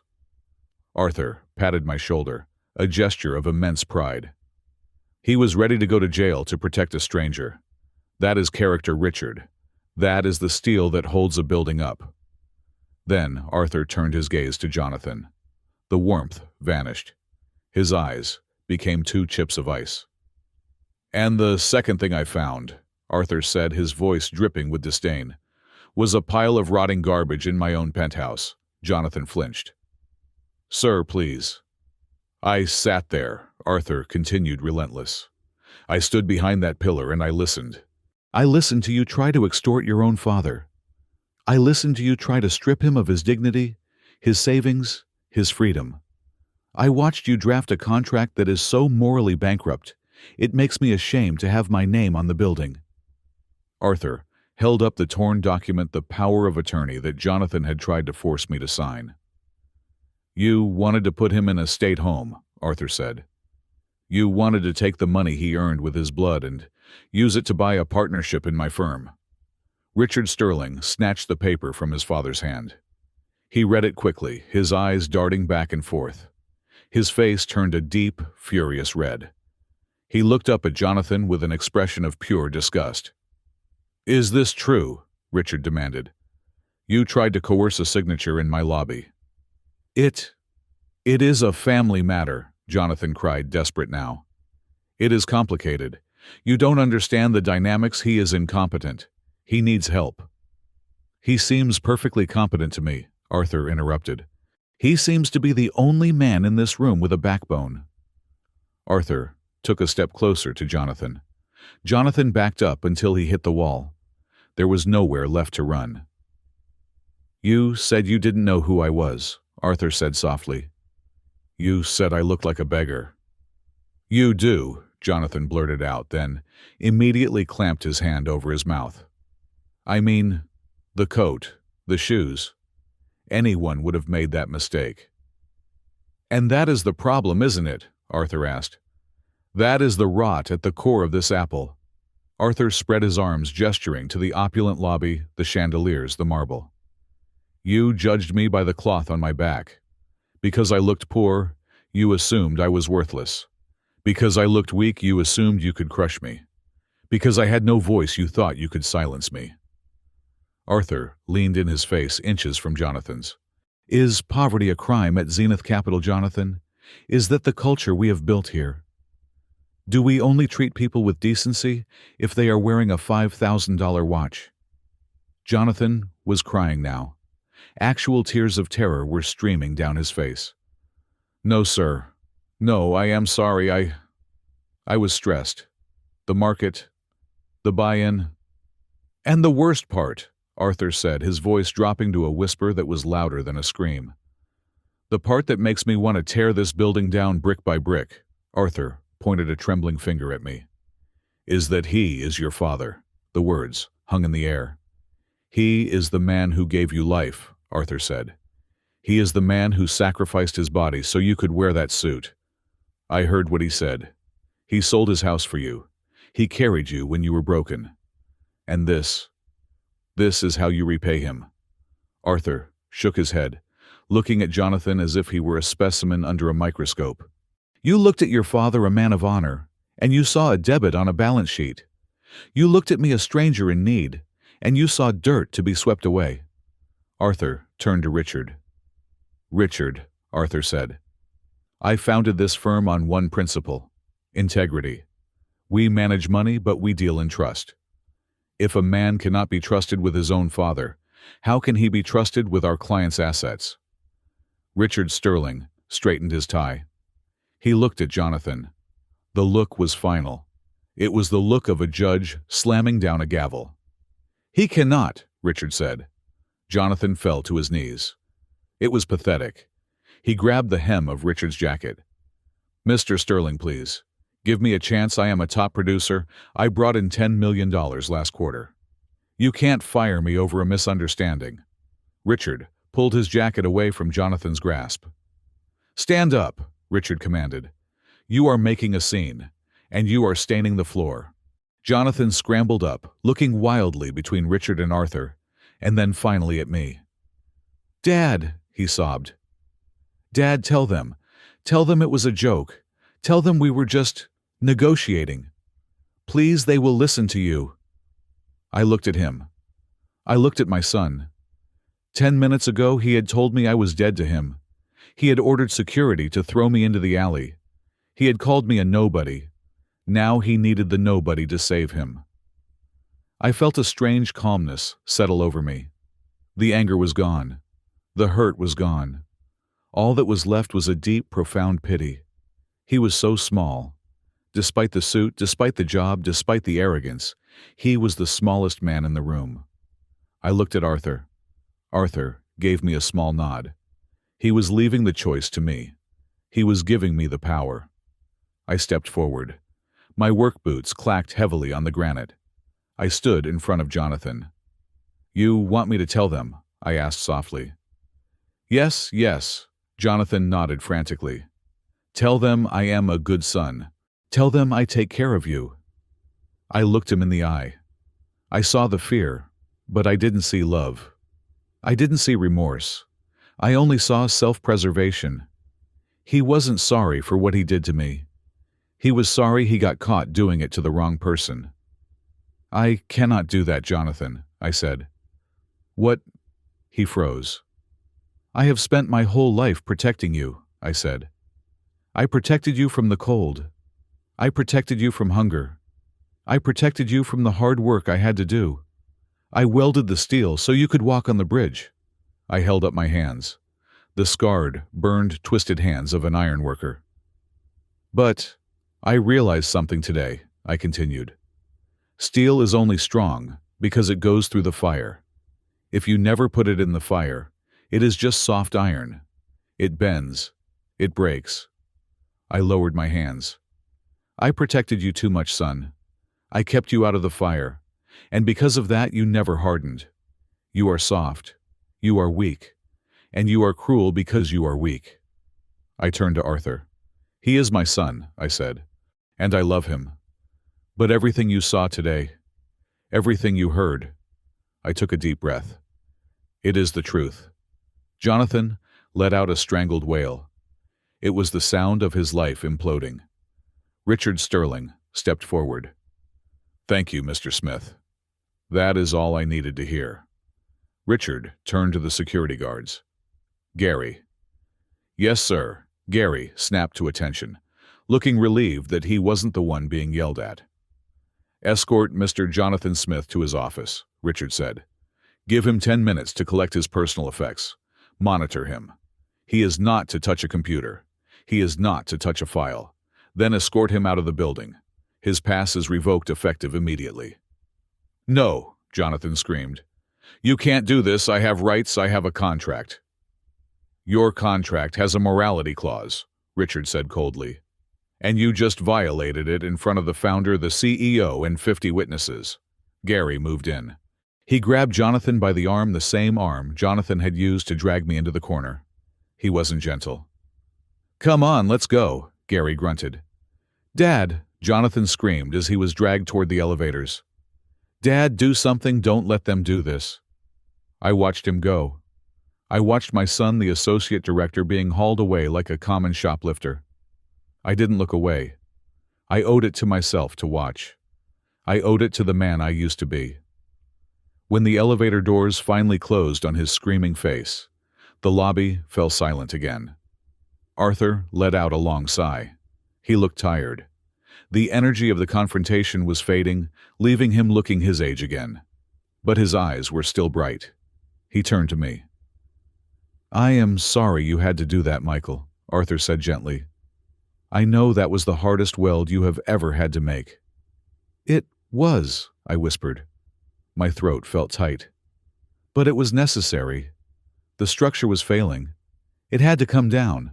Arthur nodded. He turned to Richard. Richard, Arthur said, I am going to take Mr. Smith upstairs, to the boardroom. We have some business to discuss. Business? Richard looked confused. But he is a structural expert, Arthur said firmly. And he is the man who saved my life. And I believe he has a very keen eye for spotting weak connections. Arthur smiled at me. A genuine warm smile. And besides, Arthur added, I believe we have a project that needs a real ironworker's opinion. The Skyline Bridge project. I want to know what Mr. Smith thinks of the specs. I looked at Arthur in surprise. The Skyline Bridge, that is Jonathan's project. Not anymore, Arthur said. Now it is our project. Shall we? He gestured toward the VIP elevator, the one Jonathan had said I wasn't good enough to look at. I touched the mahogany box in my pocket. I thought about the bus ride. I thought about the sandwich I hadn't eaten. Lead the way, Mr. Chairman, I said, and together the billionaire in the rags and the welder in the work jacket, we walked toward the golden doors. The elevator doors slid open on the 50th floor, revealing a world that made the lobby look like a gas station convenience store. The air here was rarefied silent and smelled faintly of old leather and furniture polish. The carpet was so thick, it felt like walking on moss. Richard Sterling stepped out first, his face a mask of grim determination. Arthur walked beside him, his head held high, the tattered coat flapping around his legs like a royal cape. I followed my work boots, sinking into the plush wool, feeling the heavy gaze of the portraits on the walls, past chairmen who looked down with stern, judgmental eyes. Behind us, Gary the security guard was practically dragging Jonathan. My son was no longer screaming. He was trembling, a low, continuous vibration that shook his entire frame. He looked like a man walking to the gallows. He was following because he had nowhere else to go, and because Richard had snapped a command over his shoulder right before the doors closed. "Bring him. I want him to see what he has destroyed." We marched down a long hallway, lined with glass-walled offices. Heads turned as we passed. People in expensive suits stopped their conversations, phones hovering in mid-air, mouths agape at the sight of the CEO, a beggar, a construction worker, and their crying associate director, marching toward the sanctuary. Richard pushed open a set of double mahogany doors at the end of the hall. The boardroom. It was cavernous. A table made of a single slab of black walnut dominated the room, surrounded by 20 leather chairs. One wall was entirely glass, offering a panoramic view of the Chicago skyline, the very skyline I had helped build. In the center of the room, on a separate pedestal, under a spotlight, stood a large architectural model. It was a bridge. It was a sleek, futuristic design, a suspension bridge with a single, asymmetrical pylon that leaned aggressively over the river. It was beautiful in the way a computer rendering is beautiful, perfect, clean, and completely divorced from the gritty reality of gravity and wind. Jonathan saw the model and let out a small, desperate whimper.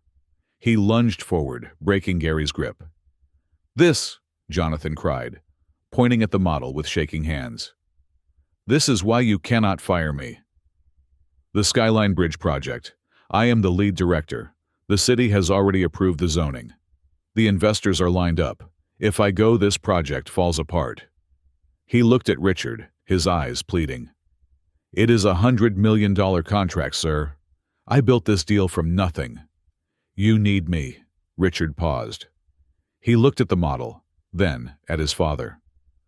Arthur walked over to the pedestal. He circled the model slowly, his hands clasped behind his back. He looked like a predator, circling a wounded animal. "The Skyline Bridge," Arthur mused. "I have heard of this. This is the flagship project for the next quarter, the one that is supposed to revitalize the South Branch." "Yes," Jonathan nodded frantically, wiping sweat from his forehead. "Exactly. It is a masterpiece. It is efficient. It is modern. It will put Zenith Capital on the map for infrastructure development." Arthur stopped. He looked at me. "Michael," Arthur said softly. "Yes, sir." I stepped forward. "You have built bridges, haven't you?" "Yes, sir," I replied. "I worked on the Wells Street retrofit. I did the welding on the span for the Skyway extension. I spent 5 years on the Kinzie Street Railroad Bridge." "Come here," Arthur beckoned. I walked to the pedestal. The model was detailed. It showed the cables, the deck, the pedestrian walkways. It was impressive. "Look at it," Arthur commanded. "Not as a banker, not as an investor. Look at it as an ironworker. Tell me what you see." Jonathan scoffed.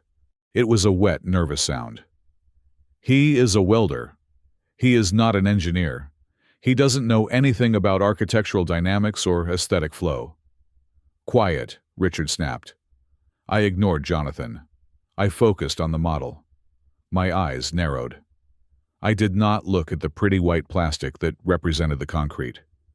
I looked at the gray plastic that represented the steel. "Do you have the spec sheets?" I asked. My voice was calm, professional. I was back on the job site now. "The cut sheets, the material lists." "They are on the table," Richard said, gesturing to a thick binder labeled Skyline Bridge. "Final technical submission." I walked over and opened the binder. I flipped past the executive summary, past the budget projections, past the artist renderings. I went straight to the back. Section C, Structural Materials and Load Calculations. I ran my finger down the columns of numbers. I checked the steel grades. I checked the connection details. I checked the wind load tolerances. I stopped. I blinked and read it again. My stomach turned over. It was the same feeling I got when I saw a safety harness with a frayed strap. It was the sickness of seeing a disaster before it happened. "Who approved this?" I asked, looking up. "I did," Jonathan said defensively. "And the engineering firm signed off on it. It is perfectly standard." "It is not standard," I said. "It is suicide." The room went deadly silent. "Excuse me." Richard stepped closer. "What did you say?" I walked back to the model. I pointed a thick, calloused finger at the main connection point where the suspension cables met the steel deck. "This node here," I said, tapping the plastic. "Node C4. This is a moment connection. It takes the entire vibrational load of the main span. In Chicago, we have the wind coming off the lake. It is not a steady push. It is a pulse. It hammers you." I walked back to the binder and turned it so Richard could see. The original design called for ASTMA 572 grade 50 steel. High-strength, low-alloy vanadium steel. That is what you use for dynamic loads. It bends without breaking. It absorbs the shock. I pointed to the line item Jonathan had initialed. But this changed. The spec here lists ASTMA 36 carbon steel for the main truss connections. I looked at Jonathan. A36 is standard structural steel, I said. It is fine for a warehouse roof. It is fine for a parking garage. But for a shear connection on a suspension bridge facing 60-mile-per-hour winds, it is too soft. It has a lower yield point. "So what?" Jonathan sneered. "It saved us $2 million in material costs. That is value engineering." "It is not value engineering," I said, my voice rising. "It is murder." I turned to Arthur. "If you build this bridge with a 36 steel at these connections, the wind will create a resonance frequency. You know what that is. It is when the wind pushes the bridge at the exact same rhythm that the bridge wants to vibrate. Like a singer shattering a wine glass." I looked back at the model. "In a force 7 wind, which we get about 5 times a winter here, that deck is going to start twisting. The A36 steel at node C4 will not have the tensile strength to handle the cyclic loading. It will not bend. It will fatigue." I looked Richard dead in the eye. "Micro cracks will form inside the welds within 18 months. You won't see them. But they will be there. And then one day, maybe 2 years from now during rush hour, a bus will hit a pothole or a gust of wind will hit just right." I slammed the binder shut. The sound echoed like a gunshot. "And node C4 will shear off. The main cable will snap back like a whip. The deck will twist, and the whole span will drop into the river. You will kill 300 people in 10 seconds. Jonathan was shaking his head frantically. "No, that is a lie. He is making it up. He is just trying to make me look bad. The engineers signed it." "Did they?" Arthur asked. His voice was terrifyingly quiet. "Or did you pressure them to sign it to get the budget down so you could get your bonus?" Richard pressed a button on the intercom console on the table. "Get Dr. Evans, the chief engineer, in here, now." 1 minute later, a man with thick glasses and a nervous demeanor hurried into the room. Dr. Evans looked at the scene, the CEO, the founder, the weeping Jonathan and me standing by the blueprints. "Dr. Evans," Richard said, pointing at the binder, "why are we using a 36 steel on the C4 shear connections?" Dr. Evans went pale. He looked at Jonathan. Jonathan glared at him, a silent threat. "Well, sir," Dr. Evans stammered. "Mr. Smith, that is Jonathan. He insisted on the cost reduction. He said the vendor for the grade 50 steel was too expensive, and the lead time was too long. He said we needed to hit the Q1 budget targets." "And you told him it was dangerous?" Arthur asked. Dr. Evans looked at his shoes. I wrote a memo, expressing concerns about fatigue life. But Jonathan said, he said the risk was within acceptable actuaries. He said nobody builds bridges for 100 years anymore." "Acceptable actuaries," I repeated, feeling the bile rise in my throat. "You gambled with human lives to save $2 million.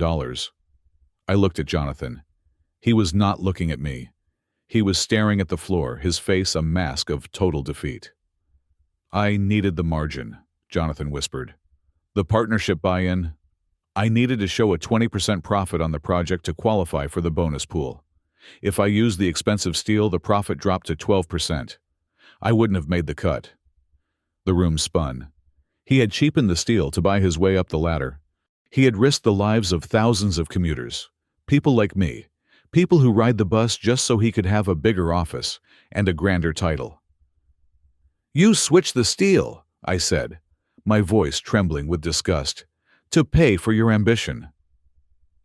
"I was going to fix it later," Jonathan cried, tears streaming down his face again. "I was going to issue a retrofit order in 5 years. After I made partner, I was going to replace the bolts. I had a plan." "A retrofit," I scoffed. "You cannot retrofit a corpse, Jonathan."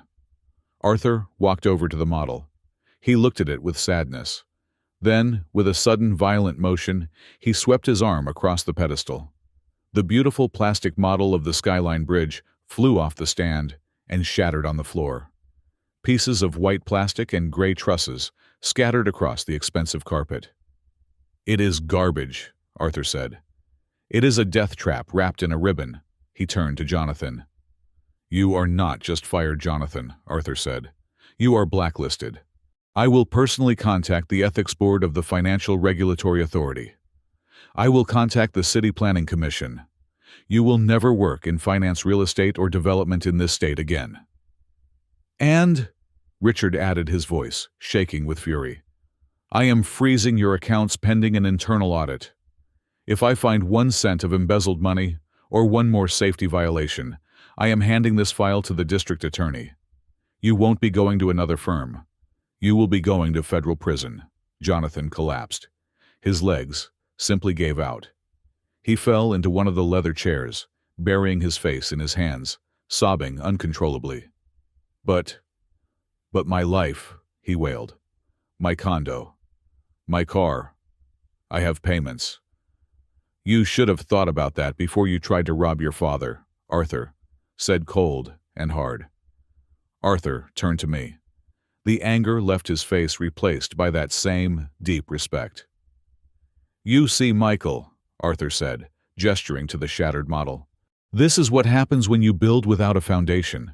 It looks pretty for a while, but the first wind knocks it down." He picked up the binder and handed it to me. "You saved us again," Arthur said. "If we had built this, if that bridge had fallen, Zenith Capital would have been destroyed. The lawsuits alone would have bankrupted us. You didn't just save a bus passenger today. You saved this entire company." I looked at the binder in my hands. I looked at the technical specs that I had spent a lifetime mastering. I looked at my son broken and weeping in the chair. I felt a strange sense of peace. It wasn't happiness. It was the satisfaction of a job done right. I had inspected the weld. I had found the crack. And I had exposed it before the whole thing came down on top of us. "I just know steel," I said quietly. "And I know you cannot cheat the laws of physics. And you cannot cheat people. Eventually, gravity always wins." Richard walked over to the intercom, walked over to the security, he said. "Come to the boardroom. Remove Mr. Smith, and this time, do not let him pack a box. Escort him out of the building immediately." 2 guards entered. They pulled Jonathan up from the chair. He was limp, barely able to stand. He looked at me one last time as they dragged him toward the door. His eyes were red swollen and filled with a terror that I knew would never leave him. "Dad," he whispered. I didn't turn away this time. I looked him right in the eye. "Goodbye, Jonathan," I said. "Good luck with the retrofit." The doors closed. The room was silent. Arthur walked over to the window, looking out at the city. "Michael," he said, keeping his back to me, "I have a proposition for you." "Sir." "We have a lot of projects," Arthur said, turning around. "High-rises, infrastructure. We rely on engineers who look at computer screens. We need someone who looks at the steel, someone who knows the smell of a bad weld." He walked over and extended his hand. "I want to hire you," Arthur said, "as our senior technical advisor. Independent oversight. You report only to me. You check every spec, every material list, every safety protocol. You make sure we never build a lie again." I looked at his hand. It was frail, but the spirit behind it was iron. "I am retired," I said. "I am 68. My knees are shot." "You can sit down," Arthur smiled. "We have excellent chairs. And we will pay you. A consultant's fee. Say, $200,000 a year, plus full medical benefits." 200,000. It was more money than I had made in 5 years of hanging from beams. It was security. It was dignity. I looked at the shattered model on the floor. I looked at the binder in my hand. I realized I wasn't done yet. The fire was still there. I reached out and took his hand, my calloused palm against his parchment skin. "I start on Monday," I said. "But first, we need to talk about that bridge. We need to switch back to grade 50 steel." Arthur laughed. It was a loud, happy sound. "Done," he said. "Welcome to the team, Mr. Smith." The boardroom doors had closed behind the guards, who dragged Jonathan out, but the echo of his desperation still hung in the air like smoke. The shattered pieces of the Skyline Bridge model lay scattered across the carpet, a silent testament to the disaster that had been averted. But we weren't done. The surgery wasn't over. We had removed the tumor, but now we had to clean the wound. Richard Sterling stood at the head of the table, his hand resting on the intercom button. He looked at Arthur, seeking approval. Arthur nodded a sharp, decisive jerk of his chin. "Bring him back in," Richard commanded into the speaker. "And bring the legal counsel." A minute later, the doors opened again. Jonathan was shoved back into the room. He looked like a man who had aged 10 years in 10 minutes. His tie was crooked, his hair was disheveled, and his face was a map of tear streaks and snot. He wasn't the associate director anymore. He was a ruin. Following him was a woman with a briefcase that looked like a weapon. She was Zenith Capital's general counsel. She didn't look at Jonathan with pity. She looked at him like he was a liability she was about to liquidate. "Sit," Richard ordered, pointing to a chair at the far end of the table, the defendant's seat, as we used to call the spot where the safety inspector sat after an accident. Jonathan collapsed into the chair. He looked at me, his eyes pleading, but I stayed standing next to Arthur. I wasn't his father right now. I was a witness for the prosecution. Arthur walked slowly down the length of the table. The sound of his split shoes on the expensive carpet was the only noise in the room. He stopped right in front of Jonathan, leaning his knuckles on the black walnut surface. "You have been busy, haven't you, son?" Arthur asked softly. Jonathan flinched. "Sir, You tried to defraud your father," Arthur listed the charges, ticking them off on his fingers. "You tried to compel a signature on a predatory power of attorney document. You tried to misappropriate pension funds. And then," Arthur pointed to the pile of broken plastic on the floor, "you tried to defraud this company. You falsified engineering specs. You pressured vendors to supply substandard materials. You risked the structural integrity of a public bridge to pad your own bonus check." Arthur leaned closer, his blue eyes burning with a cold fire. "You are not just a bad employee, Jonathan. You are a danger to society." "I was going to fix it," Jonathan wailed, his voice cracking. "I told you. It was just a temporary measure. The market turned against me. I needed the capital." "The market didn't turn against you," I said, speaking up from the other end of the room. "Your greed turned against you," Jonathan spun to face me. "Dad, don't you see I did it for us? I wanted to be rich so I could take care of you." "Liar," I said. The word was heavy final. "You did it for yourself. You wanted to put me in a state home so you could keep my money. Do not pretend this was an act of love." Richard Sterling turned to the general counsel. "What are our options?"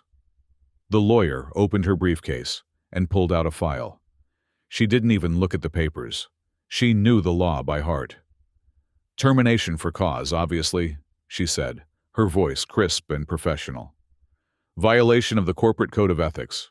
Gross negligence. Fiduciary misconduct. This allows us to claw back all unvested stock options and forfeit his severance package. She looked at Jonathan. Furthermore, because he falsified safety documents on a public infrastructure project, we are legally obligated to report this to the authorities. This is criminal fraud. Potentially reckless endangerment. Jonathan let out a strangled sound.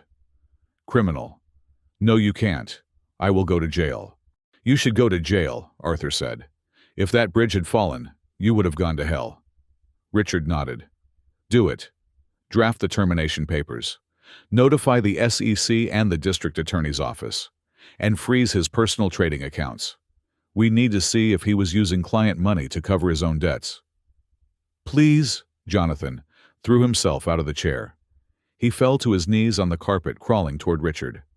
Mr. Sterling, I beg you, just fire me. Don't call the police. I will pay it back. I will work for free. Just don't ruin my life.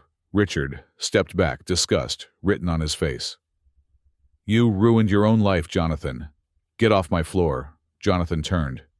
He looked at Arthur. Arthur just stared at him with that same stony expression. Then Jonathan turned to me. He scrambled on his knees across the carpet, reaching out for my legs. He grabbed the fabric of my work pants, burying his face in the rough canvas. Dad, he sobbed. Daddy, please, help me. I looked down at the top of his head. I felt his tears soaking through my pants. It was a familiar weight. I remembered the weight of him on my shoulders in the woods. I remembered the weight of him in my arms when he was a baby. You are my father, Jonathan cried, looking up at me. His face was a mess of desperation. You are supposed to protect me. You always protect me. Tell them to stop. Tell them you forgive me. If you don't press charges for the power of attorney thing, maybe they will go easy on me. Please, Dad. I am your son. The room went silent. Everyone was watching us. Richard, Arthur, the lawyer, the guards. They were waiting to see if the father would crack. They were waiting to see if love was stronger than justice. I looked at my hands. The scars. The burns. The twisted fingers. I had spent my life protecting him. I had shielded him from the wind. I had shielded him from the cold. I had shielded him from the consequences of his own softness. And what had it produced? It had produced a monster. A man who would sell his own father for a promotion. A man who would build a bridge out of tin foil to save $1. If I saved him now, if I bailed him out one last time, I wouldn't be helping him. I would be enabling him. I would be letting him believe that he could break the world and never get cut. I reached down. Jonathan's eyes lit up with hope. He thought I was going to pull him up. He thought I was going to hug him and tell the bad men to go away. I took his hands, his soft manicured hands, and I peeled them off my legs. I did it gently, but firmly. I broke his grip. Dad, he whispered, confused. I took a step back. I put a foot of distance between us. I have saved you your whole life, Jonathan, I said. My voice was low, trembling slightly, but clear. I saved you from hunger. I saved you from work. I saved you from debt. I sold my house to save you. I looked him deep in the eyes. But I cannot save you from who you are. Jonathan blinked, the tears stopping for a second as the words sank in.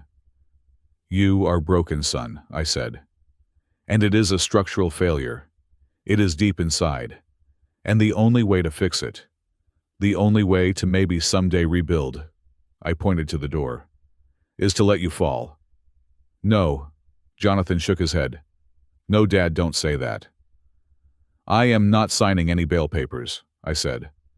I am not paying for any lawyers. I am not lying to the police for you. You built this mess, Jonathan. Now you have to live in it. But I will go to prison, he screamed. I will lose everything. Then you will learn what it feels like to have nothing, I said. And maybe when you are sitting in a cell with nothing but time, you will remember the man who made you a sandwich today. The man you called a nobody.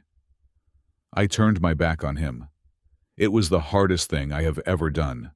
Harder than welding in a blizzard. Harder than burying my wife. Turning my back on my pleading child felt like tearing my own heart out of my chest. But I did it. I faced Arthur. I faced the window. "Dad, look at me!" Jonathan screamed. I didn't turn. "Get him out," Richard said. His voice was final. The guards moved in. They grabbed Jonathan by the arms and hauled him up. He fought them. He kicked and screamed, thrashing like a wild animal. "I hate you," Jonathan howled as they dragged him toward the door. "I hate you. You are supposed to love me. You are a terrible father." His words echoed off the glass walls. Terrible father. I closed my eyes. I let the words hit me. I took the impact. Maybe he was right. Maybe I was a terrible father for letting it get this far. Maybe I should have taught him about the fire sooner. The doors slammed shut, cutting off his screams. The silence that followed was heavy. It was the silence of a funeral. I stood there, staring out at the gray skyline. I felt a hand on my shoulder. It was Arthur. He didn't say anything. He just stood there with me. He squeezed my shoulder, a firm, grounding pressure. He was telling me that I had done the right thing. He was telling me that sometimes love looks like a knife. "He will survive," Arthur said quietly after a long time. "He is young. He has your blood. Maybe the fall will wake him up." "Maybe," I whispered. "Or maybe he will just break." "If he breaks," Arthur said, "then he was never made of steel to begin with." He turned me around to face him. "But you, Michael," Arthur said, a sad smile on his face. "You are still standing." I looked at him. I looked at the man who had started the day as a burden on a bus and ended it as my savior. "I am just a welder," I said, wiping a tear from my cheek with my rough thumb. "No," Arthur said. "You are a father who just taught his son the most important lesson of his life: self-preservation. You saved yourself today, Michael. And in doing so, you might have just given him a chance to become a real man." Richard Sterling walked over. He looked shaken, but resolved. "Mr. Smith," Richard said formally, "I apologize for what my employee put you through. And I apologize for what my son put you through." He looked at Arthur. "We will handle the legal side," Richard said. "You won't have to see him in court unless you want to. We will provide the evidence." "Thank you," I said. "Now," Arthur said, clapping his hands together, trying to break the mood, "I believe I owe you a dinner. You mentioned a sandwich earlier." I reached into my pocket. The paper bag was flattened, crushed during the scuffle. I pulled it out. It looked pathetic. "It is meatloaf," I said with a weak smile. "Probably cold by now." "Perfect," Arthur said. "I know a diner 2 blocks from here. They make terrible coffee and excellent pie. Let's go." "What about the meeting?" Richard asked, confused. "The board." "Tell them to wait," Arthur said, grabbing his battered coat. "Or tell them to fire me. I am going to have dinner with my new technical advisor." He took my arm. Not for support this time, but as an equal. "Come on, Michael," Arthur said. "Let's go get some food. We have a bridge to redesign on Monday." We walked out of the boardroom, leaving the shattered plastic and the ghosts of my son's ambition behind us.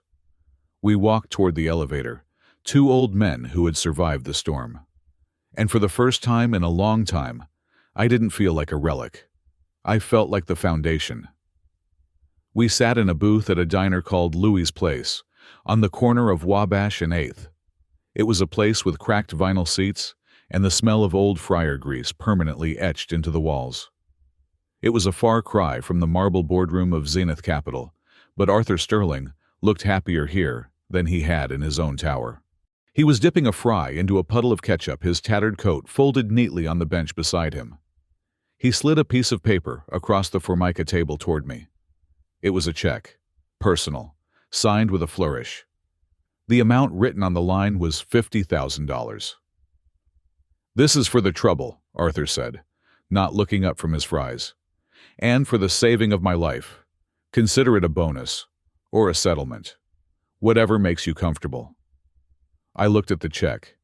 It was more money than I had seen in one place since I sold my house. It was enough to move out of the basement immediately. It was enough to buy a new truck. It was freedom. I reached out with my scarred hand. I put my index finger on the corner of the check, and I slid it back across the table. Arthur stopped eating. He looked up, his blue eyes narrowing. "Is it not enough I can add a zero?" "It is not about the amount, Arthur," I said quietly. "I am an iron worker. I have been one since I was 18. I trade sweat for silver. That is the deal. I don't take money for doing what a decent human being is supposed to do." "You saved me from a fall," Arthur argued. "And you bought me a meatloaf sandwich," I replied, pointing to my empty plate. "We are even." Arthur stared at me for a long moment. Then a slow smile spread across his face, deepening the wrinkles around his eyes. He picked up the check and tore it into 4 neat pieces. "You are a stubborn man, Michael Smith," he said. "I have been accused of that," I replied. "Good," Arthur said, "because I don't need charity cases. I need employees who can stand their ground." He reached into his inner pocket and pulled out a different document. It was typed on formal letterhead, but it had scribbles in the margins where he had made corrections in pen. "This is not a gift," Arthur said, sliding it over. "This is an employment contract. Senior Technical Advisor for Zenith Capital's Infrastructure Division. Your job is to visit every site, check every blueprint, and inspect every material order. You report directly to me. You have veto power over any project manager, including my son, if you see a safety risk." I picked it up. I read the salary figure. $200,000 a year. Full medical, dental, 4 weeks of vacation. "I am 68, Arthur," I said. "I can't climb columns anymore." "I don't need you to climb," Arthur said, serious now. "I need you to look. I need you to be the conscience of this company. I have thousands of MBAs who can count beans. I don't have a single man who knows the difference between grade 50 steel and a cheap substitute. I am buying your eyes, Michael, and your integrity." I looked at the contract. I thought about the basement apartment with the leaking pipe. I thought about the days of eating instant noodles. And I thought about the bridge model shattering on the floor. "I will need a hard hat," I said, "and steel-toed boots, expenses paid." Arthur laughed. "Done." It has been 3 months since that day. I do not live in the basement anymore. I live in a 2-bedroom condo in the South Loop. It has floor-to-ceiling windows that look out over the lake. Every morning I drink my coffee and watch the sun come up over the water, and I think about how light the room is. Light is a luxury you don't appreciate until you have lived in the dark. I have a workbench set up in the 2nd bedroom. I went back to the flea markets. I bought a box of broken pocket watches from the 1920s. I spend my evenings there looking through my magnifying loupe, cleaning gears, oiling springs, making dead things run again. It is peaceful. There is no shouting. There are no lies. Just brass and time. Work is good. Hard but good. I walk onto job sites now and the foremen don't look at me like an old nuisance. They look at the white hard hat with the senior advisor decal, and they straighten up. I have caught 3 major safety violations in 12 weeks. I stopped a concrete pour last Tuesday because the rebar spacing was off by 2 inches. The project manager screamed at me. I just called Arthur. The pouring stopped. The rebar was fixed. I am useful again. That is all a man really wants, to be useful. And Jonathan. I wish I could say there was a happy ending there. I wish I could say he learned his lesson and came back to me, humble and changed. But life is not a movie. Life is steel and physics, action and reaction. Jonathan avoided prison. Zenith Capital did not press criminal charges, mostly because Richard Sterling did not want the bad press of his son being arrested. But they fired him. They sued him in civil court for breach of fiduciary duty and stripped him of his unvested stocks. The industry blacklisted him. His name is mud in this town.